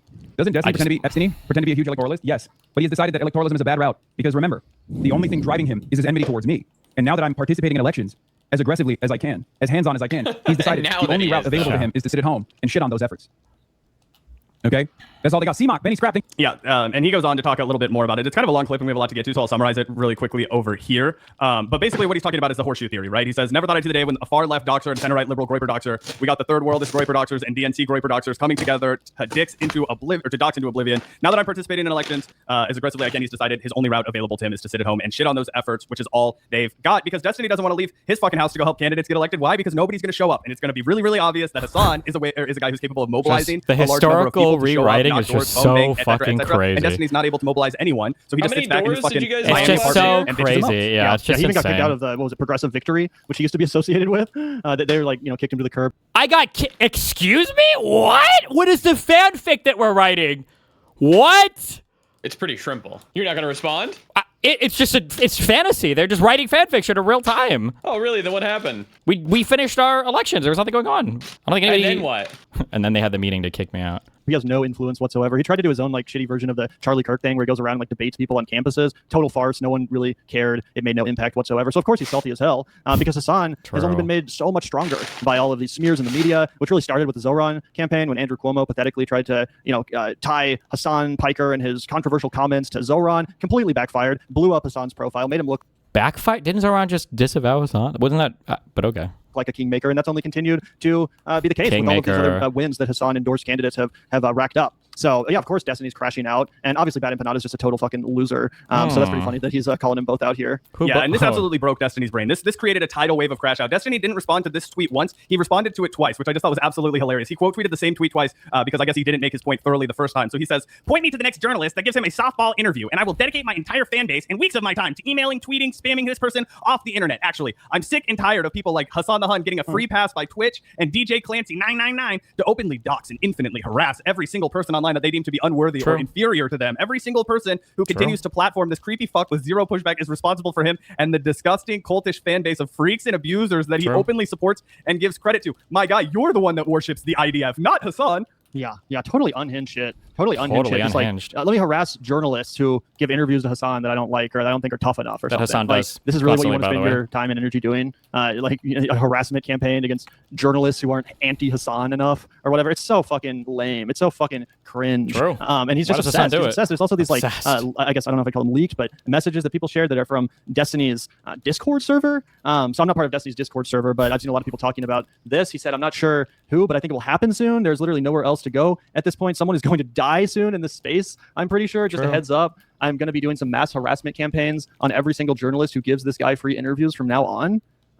So Wait. Yeah. I hadn't seen this. I had not seen this. This is insane. This is What? an insane thing to say. And That's guys, an this is becoming more and more insane. common. This idea That's that insane. large, I guess large in relative people who have an audience of some kind, like Destiny, like PBD, just encouraging an outbreak of violence, right, in his own way, where he's like, I would never encourage violence. Let me go and encourage violence, right? This is insane to put out there. Somebody is going to die soon in this space. I'm pretty sure that's I'm doing a threat, even worse right? sometimes. Like you come up to somebody and you're like, oh yeah, somebody is going to get hurt. Like people will interpret that as a threat. Like, oh, you're going to hurt me. Like, oh, you're going to be responsible for somebody's death. And then you follow it up just in case there was any plausible deniability. You were like, I'm going to do some mass harassment campaigns on every single journalist who gives his guy free interviews from now on. He's basically coming out here and bragging about how he's going to copy the Ethan Klein playbook and just piss and moan for God knows what reason as he continues to destroy whatever remaining audience he has, because this is not compelling content. Yeah, no, it's super cringe. It's super lame. I don't even understand what he thinks he's doing. Like, is there really much of an audience for this? I don't know. It seems pretty weird. How big is their audience? And just like, yeah, totally 200 concurrent viewers total or crash something? out. I can't believe he would say that, because cool. it seems like, yeah, an I obvious like getting threat. critiques from But them. either way, pretty wild shit. Do we have any other Destiny stuff? Yeah, we got this one right here.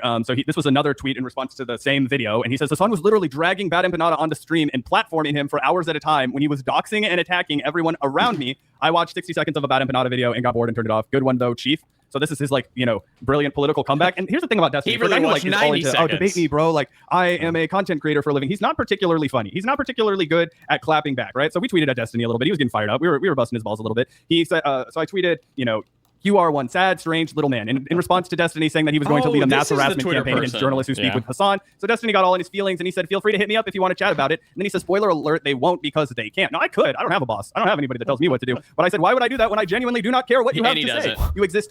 You're right. It has nothing to do with you having a boss. It's the fact that you're fucking retarded. So in a conversation you would look retarded. What does he think this had to do with having a boss? He's saying having a boss because he's saying that you're going to lead a mass harassment campaign against them. Yeah, I know, but it's obviously not. Feel free to hit me up. No, what? That doesn't even make sense. That doesn't even make sense how to read that. Feel free to hit me up if you want to chat about it. Spoiler alert, they won't because they can't. Or what, they can't because their boss won't let them? No, that's retarded.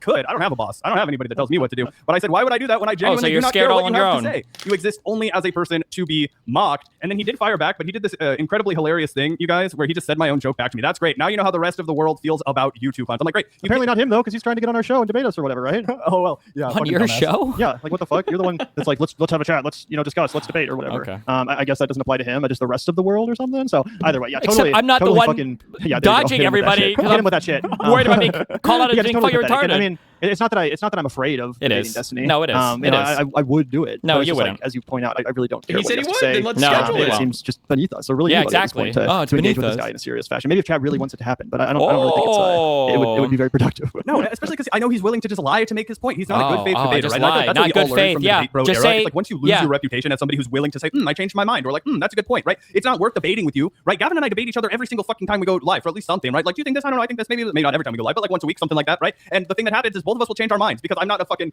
stubborn piece of shit that's never willing to be like, oh, I was wrong. Like Gavin thought the Kamala was gonna run way before I did. I'm like, oh yeah, actually that's a great point. I changed my mind about that, right? It's okay to in broadcasting take in more fucking news and more information and then be like, oh yeah, actually that makes a lot more sense to me. At the time I was thinking this, but now I'm really feeling this, right?